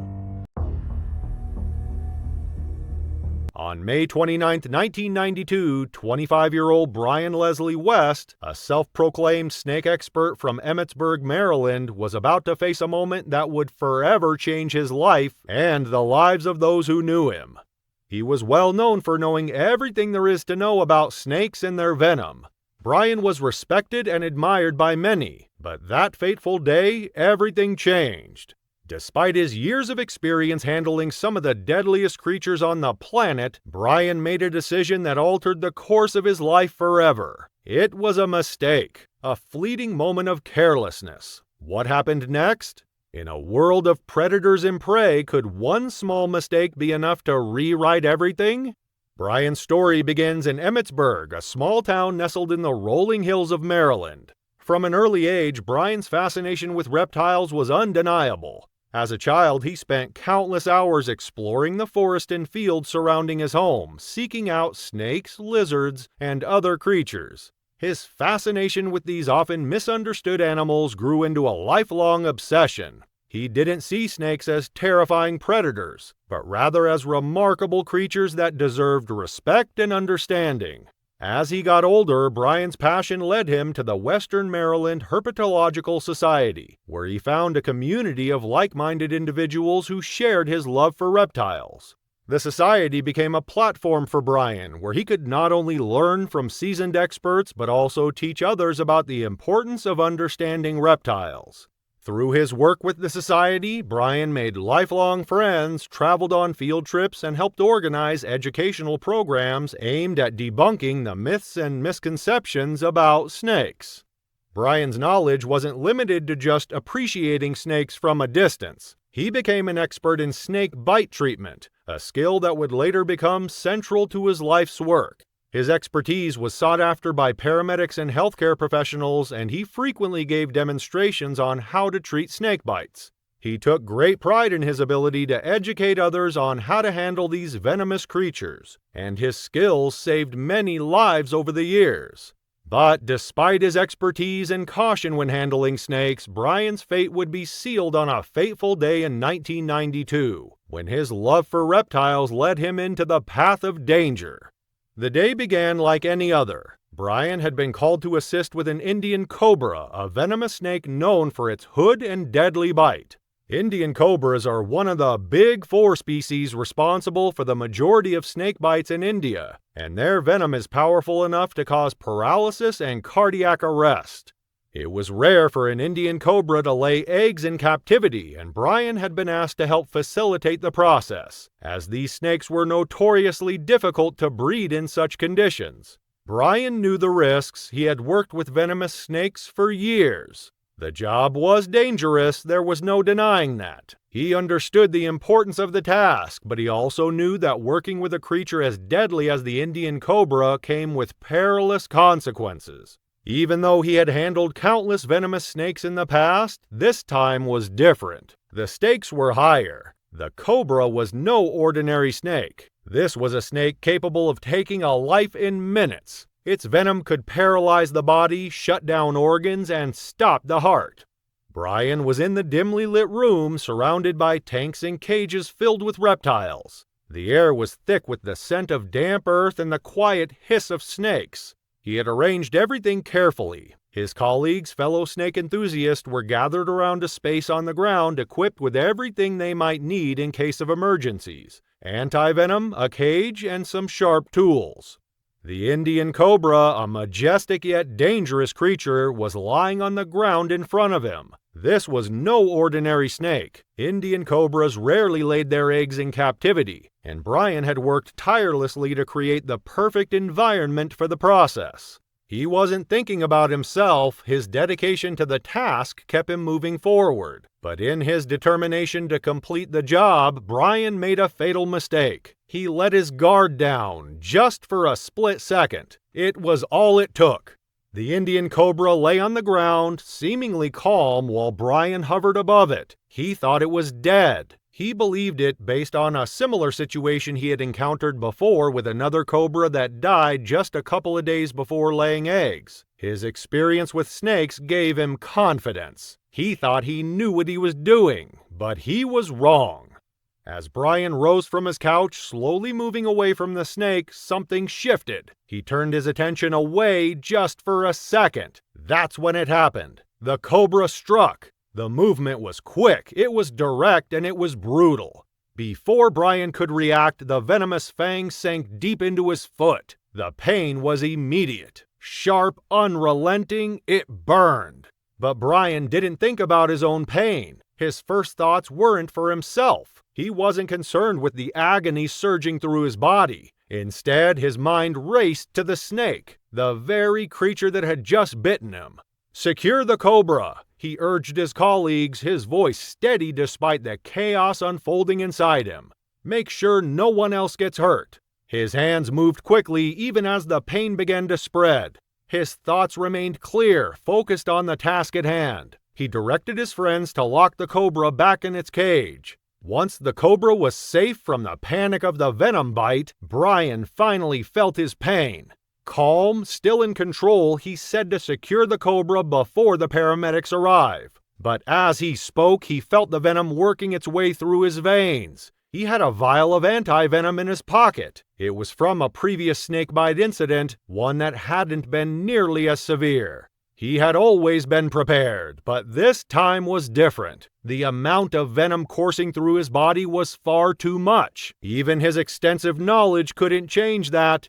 Brian knew it. He could feel it. The venom was moving quickly. He began to feel dizzy, weak. His breath came in short gasps. His body started to shut down, but Brian tried to remain calm. There was no time to waste. His thoughts were still focused on the snake. He knew the venom would kill him, but he wanted to make sure the cobra was contained. He had always put the animals before himself, and now in his final moments he was doing the same. Brian's father, Larry West, later recalled how his son had always placed the well-being of the animals before his own. Larry talked about how Brian was always concerned for the animal no matter what. It was an innate trait of his that he just couldn't shake. That's the way he's always been with them. They were one of his great loves. If he had survived, he'd have gone back and tried the same thing tomorrow. The irony of Brian's death was not lost on those who knew him. He was a man who had dedicated his life to studying and understanding snakes, someone who had trained others on how to handle the most venomous of creatures. But in the end, it was one of those very creatures, the one he had sought to help, that would take his life. Despite the frantic rush of Brian's loved ones to get him some medical attention, nothing could be done. Within 5 short minutes of the bite, Brian's body began to give way to the venom that coursed through his veins. He never made it to the hospital. He died in the very place he hoped to bring life into the world. Even before the paramedics arrived, the man who had spent his life studying snakes, who had saved countless lives with his knowledge, now found himself unable to save his own. It was too fast, too sudden. Brian's death was a devastating loss. When death is lingering at your doorstep, no amount of knowledge or preparation can save anyone. Not just to his family, but to everyone who had known him. He was more than just a snake expert. He was a mentor, a friend, and a passionate teacher who sought to change how people view the creatures he loved. To the reptile community, his loss was profound. He had worked tirelessly to demystify the world of snakes, to remove the fear and misconception that surrounded them. Now, that mission, his life's work, was left unfinished. For those who were closest to him, the pain of his death was unbearable. His wife, Stephanie Brennan, faced the overwhelming grief of losing the man she had shared her life with. Now she was left with a void, a pain so raw, so deep that it felt as though it would never fade. The journey toward healing was long and agonizing. The days seemed endless as she clung to the memories of the time they had shared. As time passed, the pain became more manageable, but it never truly left. In the years that followed, Brian's collection of over 50 exotic snakes, ranging from Burmese pythons to asps and rattlesnakes, was carefully preserved and placed in zoos and other collections, continuing his legacy in a way he would have wanted. The reptiles Brian loved so much were honored through the work of those who followed in his footsteps. Though Brian's life ended in tragedy, his story remains a powerful testament to his passion for both snakes and education. His commitment to ending the stigma surrounding reptiles was far more than a personal mission. It was a crusade to change perceptions and show the world the beauty and value of these misunderstood creatures. Brian often spoke of his deep belief that snakes were not something to fear, but creatures to respect and understand. He would proudly declare, "I have never been bitten. They're great things. People are much too afraid of them." He must have jinxed himself. Yet, even in his last moments, his life wasn't as important as the snakes. This goes to show how love can truly conquer all. It was a warm, quiet afternoon on May 27, 2019 in Brunswick, Georgia. where 62-year-old Priscilla Meredith spent another peaceful day tending to her garden. Originally from West Virginia, she had made Brunswick her home for over 30 years. Known for her love of nature, Priscilla had always admired the vibrant flowers she grew around her house. Over the years, her garden became her sanctuary, a place to unwind and connect with the earth. That morning, Priscilla and her sister were collecting gardening tools and stepping stones in preparation for the coming summer. As they worked, Priscilla moved toward a spot to sit. She didn't notice the timber rattlesnake lying only a few feet away, hidden among the shrubs. Its brown banded body blended seamlessly with the surroundings, making it almost invisible. The snake, coiled and poised, lay in wait. Timber rattlesnakes native to the eastern United States are considered one of North America's most dangerous snakes. Growing up to 5 feet long, they can strike with remarkable speed. Their venom is potent, and though anti-venom is highly effective in saving lives, untreated bites can lead to severe damage or death. Although rattlesnakes rarely result in fatalities, they account for thousands of bites each year. In fact, 8,000 people report being bitten annually, but only a handful of those are fatal. Timber rattlesnakes, however, are not aggressive by nature and generally avoid humans, only striking when threatened. But when they do strike, the consequences can be far more devastating than anyone might expect, and Priscilla would learn that truth in the most horrific way possible. As Priscilla lowered herself to the ground to rest, she came within inches of the snake. Without warning, the rattlesnake struck with swift precision. Priscilla felt the sharp pain of the fangs sinking into her skin. The snake quickly retreated, its yellowish-brown body still visible through the shrubs. A tingling sensation spread around the bite site as Priscilla jumped back, heart pounding. Her sister acted quickly, pulling her away from the snake and assessing the injury. Though the bite didn't seem to cause immediate swelling or bruising, the damage had been done. There was a chance the bite could have been dry, as rattlesnakes sometimes strike without releasing venom. However, within moments, Priscilla began to feel the effects of venom entering her bloodstream. Nausea set in and her breathing became labored. Her vision blurred and the tingling sensation spread further from the wound. She knew immediate medical attention was crucial. Her husband Timothy rushed her to Southeast Georgia Health Systems Hospital, about 3 miles away.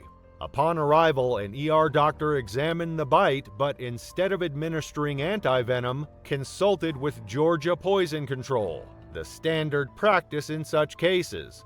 The doctor sought guidance on how best to proceed. The advice he received, however, would prove disastrous. The poison control team, upon reviewing the situation, recommended withholding anti-venom since there were no visible signs of swelling or bruising around the bite. The doctor, following protocol, agreed. Though Priscilla continued to feel worsening symptoms, they were told to monitor her condition without immediate treatment. As time passed, the venom rapidly spread through her body. Priscilla's condition deteriorated further, her chest tightened and her organs began to fail. Her kidneys functioned at less than 30%, and dialysis became a daily necessity. The venom, now affecting her muscles, caused involuntary twitching known as myoclonus, which became increasingly painful. Despite these symptoms, medical staff focused on treating the effects rather than addressing the venom directly. By the time Priscilla went into cardiac arrest, her body was in critical condition. The medical team rushed into action, managing to stabilize her temporarily. She was placed into a medically induced coma and connected to a ventilator. But the damage had already been done. Her kidneys were failing and her body struggled to process the venom. Days passed, then weeks, with no improvement. Priscilla's family remained by her side, but her condition continued to worsen. Her husband Timothy was horrified at the medical staff's failure to administer the life-saving anti-venom that could have prevented such suffering. It was clear to him that had the venom been treated properly, Priscilla could have survived. After several weeks of futile treatment, Priscilla passed away. The delay in receiving antivenom had ultimately been the cause of her death. The decision not to administer the medication, despite the unmistakable symptoms of envenomation, had been catastrophic. In the wake of the tragedy, Timothy filed a lawsuit against Southeast Georgia Health System's Brunswick campus, Grady Memorial Hospital in Atlanta, and Emory University, seeking accountability for the medical negligence that led to his wife's death. He named several doctors involved in the case, hoping to find justice for Priscilla's unnecessary suffering and death. The hospital, along with Georgia Poison Control, defended their actions, stating they had followed established protocols. Dr. Mohsen Aklahi, the medical director at Southeast Georgia Health Systems, explained that the poison control team advised against administering antivenom, citing the absence of swelling or bruising as an indication that it might not be necessary. Dr. Gaylord L., managing director at Georgia Poison Control, reiterated that antivenom is only given in about 25% of cases, often withheld until signs of envenomation are clearly present.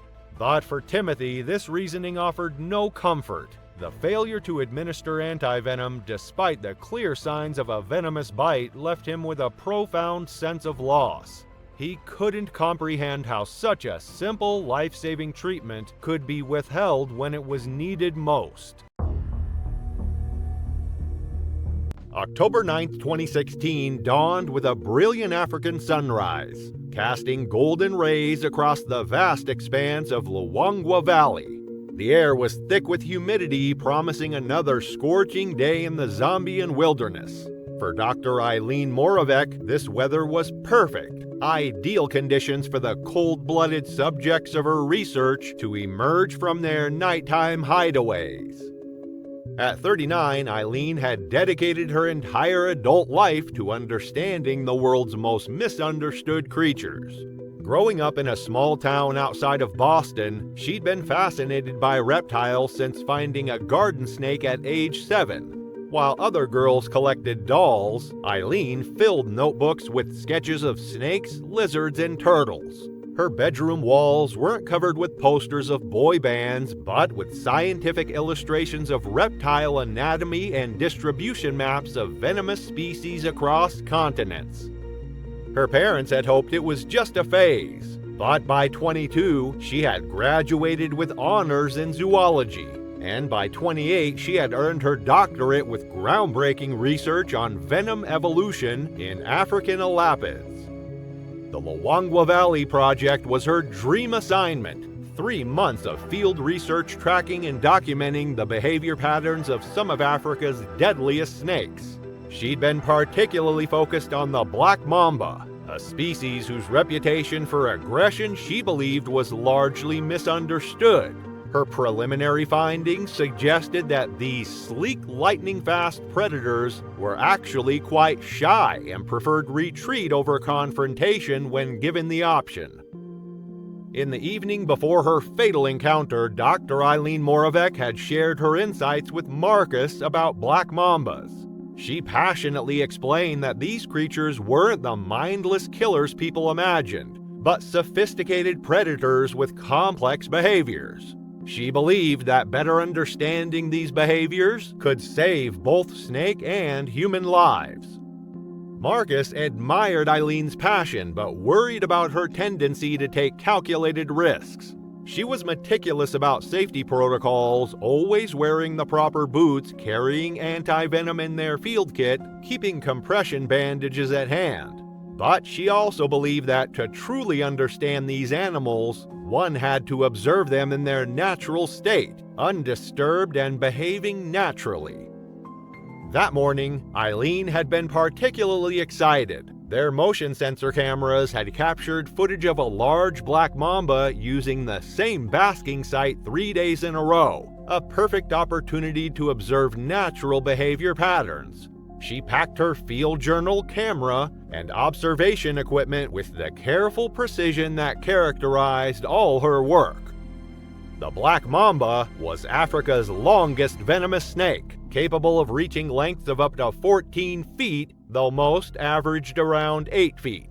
Despite their name, they weren't actually black. Their scales ranged from olive to grayish brown.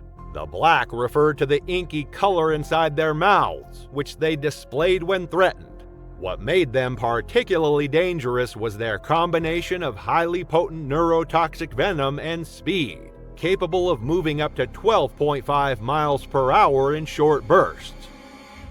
Following established protocol, Eileen and Marcus approached the basking site together, maintaining visual contact at all times. The site was a small clearing with a fallen log that had been rotting for years, creating the perfect micro-habitat for a variety of creatures.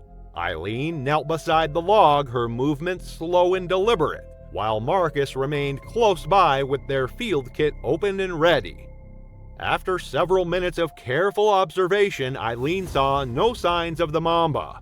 Following standard field procedure, she used her snake hook to gently lift a section of loose bark on the log, probing cautiously before each movement. What happened next unfolded with terrifying speed. As Eileen carefully lifted the bark, Marcus, standing just a few feet away, caught a flash of movement so quick it seemed almost like a trick of light. The black mamba, concealed in a hollow beneath the bark, erupted from its hiding place with explosive force. The snake's sleek body launched upward like a coiled spring releasing, its head moving faster than the human eye could track. Its mouth gaped open, revealing the characteristic black interior that gave the species its name, a glimpse of darkness that would be the last thing many victims ever saw. The first strike caught Eileen on her forearm, just above her protective glove. The mamba's fangs, nearly a quarter-inch long, penetrated her skin with surgical precision, injecting venom directly into her tissue. Eileen gasped, more from surprise than immediate pain, and instinctively pulled back her arm. This defensive movement triggered the mamba's second strike. The snake, now fully in defensive mode, targeted the exposed skin at Eileen's waist, where her field shirt had risen slightly. The fang sank deep, delivering a second dose of neurotoxic venom that would prove fatal. Marcus lunged forward with his snake hook, but the mamba had already retreated back into the log's recesses, its attack complete in less than 2 seconds. Eileen remained kneeling. She looked down at her arm where 2 small puncture wounds were already beginning to weep tiny beads of blood. A similar pair of punctures marked her side. The venom began its work immediately, though the full effects wouldn't be apparent for several minutes. Black mamba venom contains potent neurotoxins that attack the nervous system, gradually shutting down neural pathways and eventually leading to respiratory paralysis.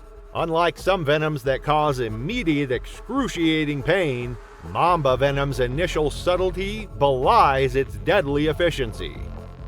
When the emergency struck, Marcus implemented their emergency protocol while Eileen, still conscious, guided her own first aid procedures. Her hands remained steady as she directed Marcus to apply the pressure bandages, her scientific mind still functioning with remarkable clarity despite knowing what was coming.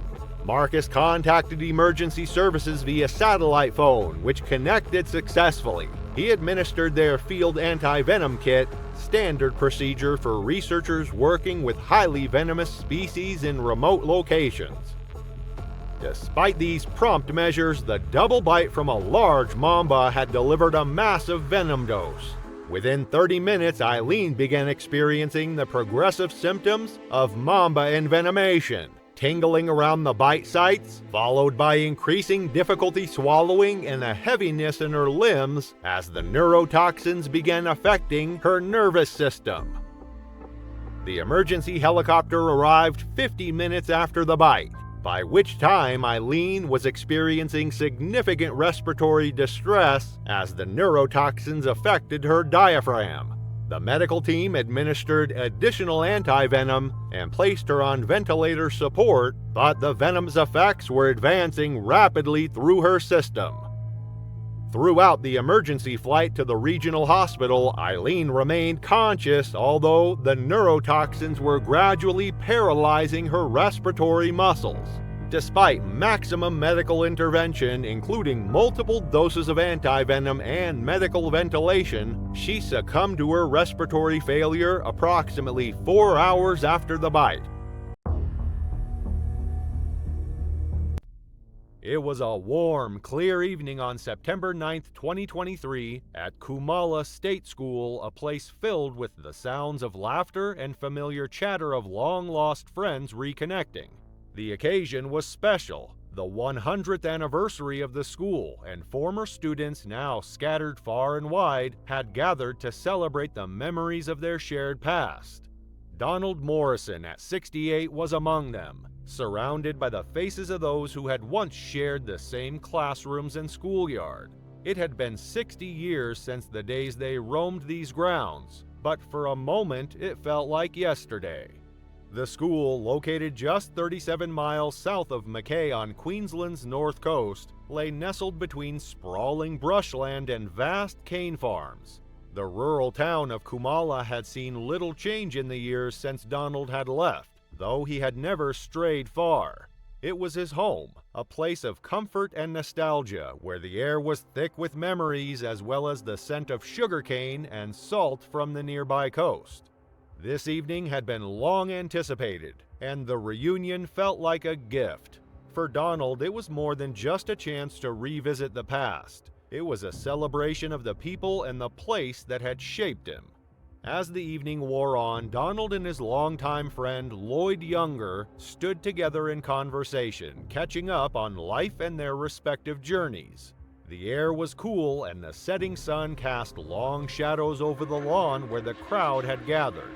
But as the last rays of sunlight faded, an unexpected danger stirred in the undergrowth.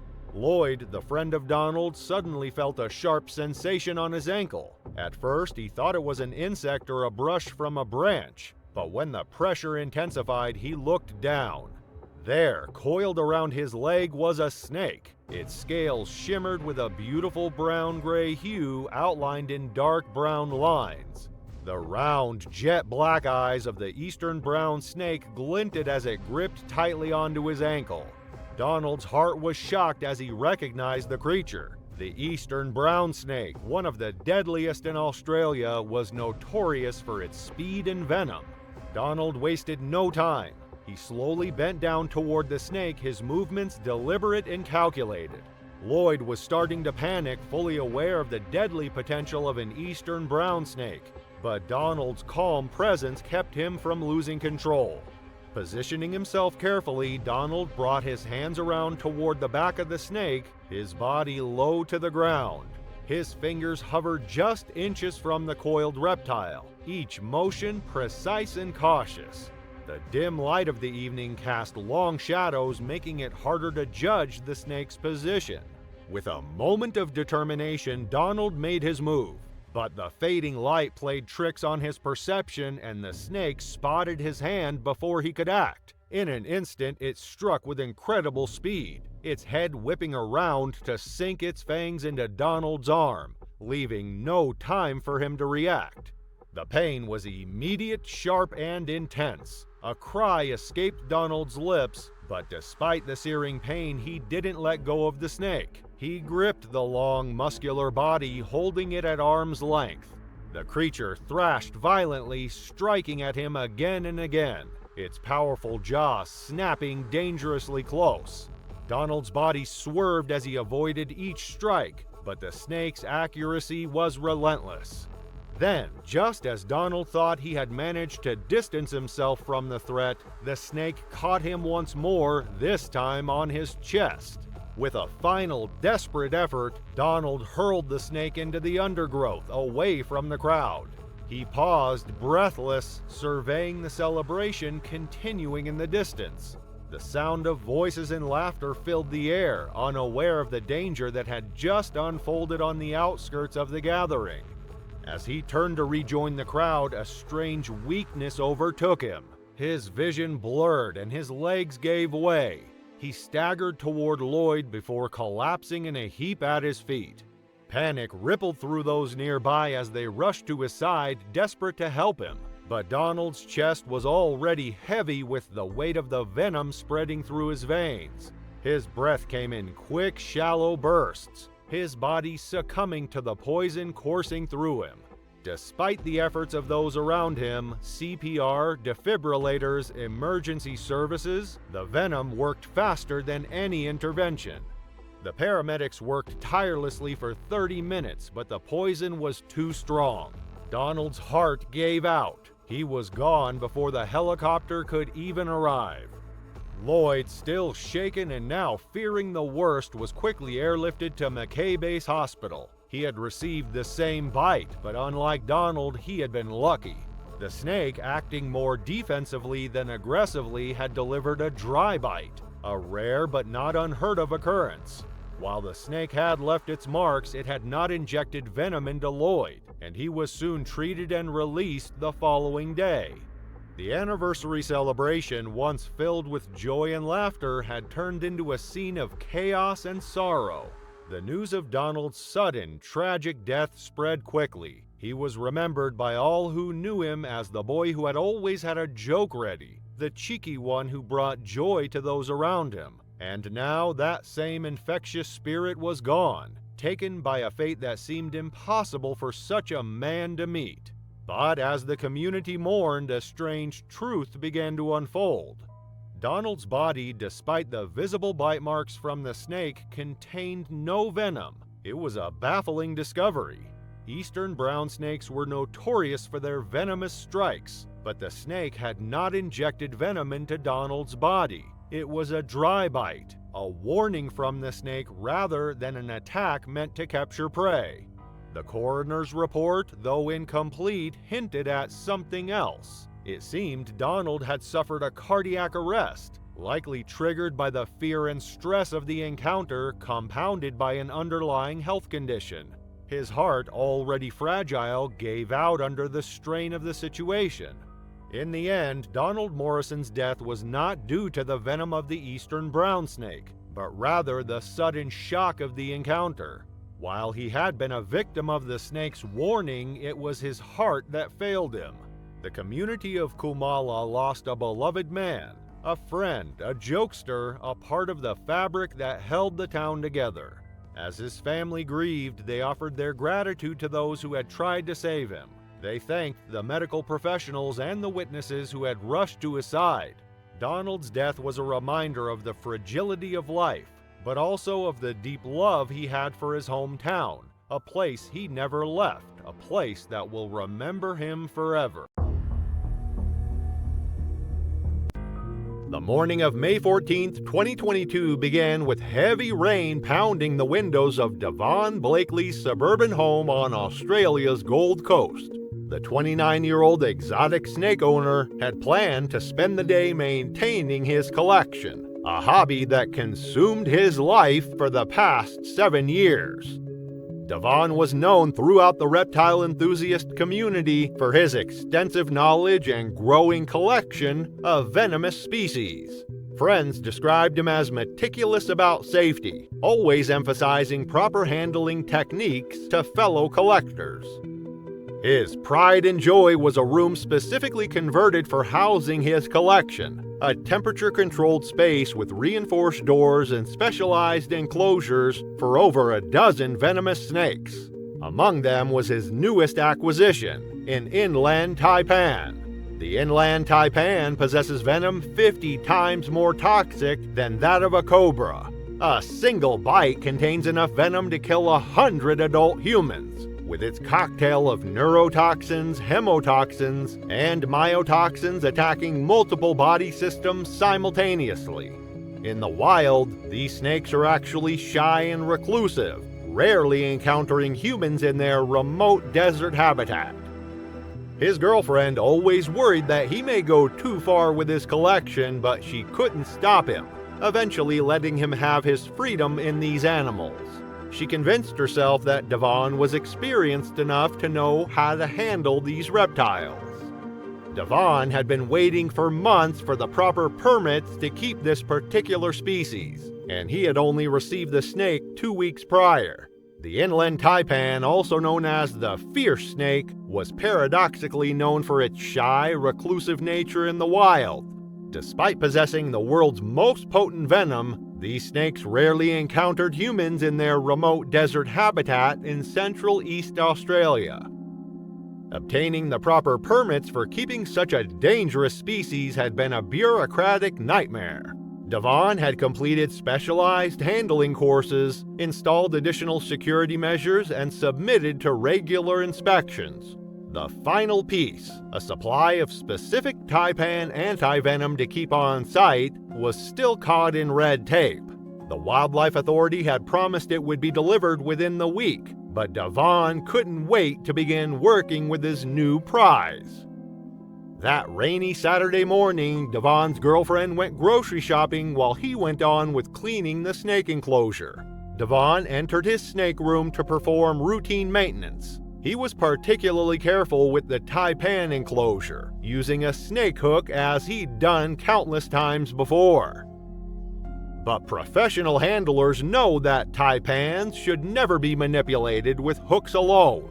The proper procedure involves guiding them into clear tubes where they can be safely contained without directly handling. But Devon, perhaps overconfident from his years of experience with other species, attempted to guide the taipan with just his hook. He carefully opened the enclosure, snake hook in his right hand, clear acrylic shield in his left. Standard safety protocol. The taipan was hiding in its favorite spot, beneath a small artificial cave. Devon gently touched the snake's midsection with his hook, intending to guide it into the temporary container. The taipan, however, had other ideas. With the explosive speed characteristic of its species, the snake shot forward, not toward the container, but along the edge of the enclosure. Devon reacted quickly, adjusting his hook to redirect the animal, but in doing so, he momentarily lowered his acrylic shield. It was all the opening the taipan needed. The snake launched itself upward with incredible precision, sailing past the hook and striking Devon's exposed wrist just below his protective glove. The fang sank deep, delivering a massive dose of venom before Devon could even register what had happened. The feeding schedule indicated the taipan was due for a meal, and Devon prepared accordingly, knowing that hungry snakes were often more aggressive. What happened next was pieced together from the scene discovered later. While manipulating the enclosure, Devon apparently misjudged the taipan's position. The snake, quick and agile despite its typically calm demeanor, evaded the hook and struck, sinking its fangs into Devon's wrist between his protective glove and sleeve.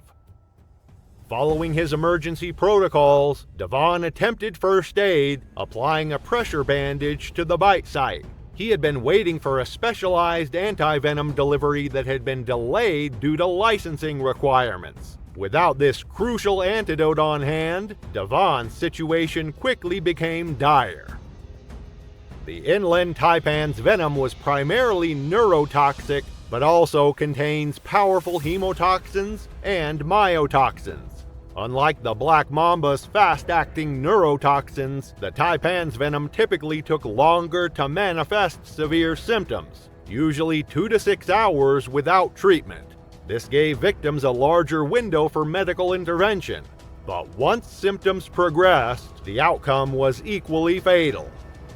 His girlfriend, returning from shopping approximately 30 minutes after the bite occurred, found Devon collapsed on the floor of the snake room, already showing signs of envenomation. His breathing was labored and he was experiencing intense abdominal pain, early symptoms of taipan envenomation. She immediately called emergency services. The paramedics arrived within 12 minutes of the call, remarkably fast. But the taipan venom worked faster. The paramedics worked efficiently, establishing an IV, administering oxygen, and preparing him for immediate transport. They confirmed what Devon already knew. They didn't carry taipan antivenom. It would be waiting at the hospital, they assured him. Devon Blakely was pronounced dead at Gold Coast University Hospital approximately 3 hours after the bite. The taipan antivenom arrived by helicopter 20 minutes after his death, a cruel timing that haunted Melissa for years afterward. Thanks for watching. Want to watch more? Click on your screen now.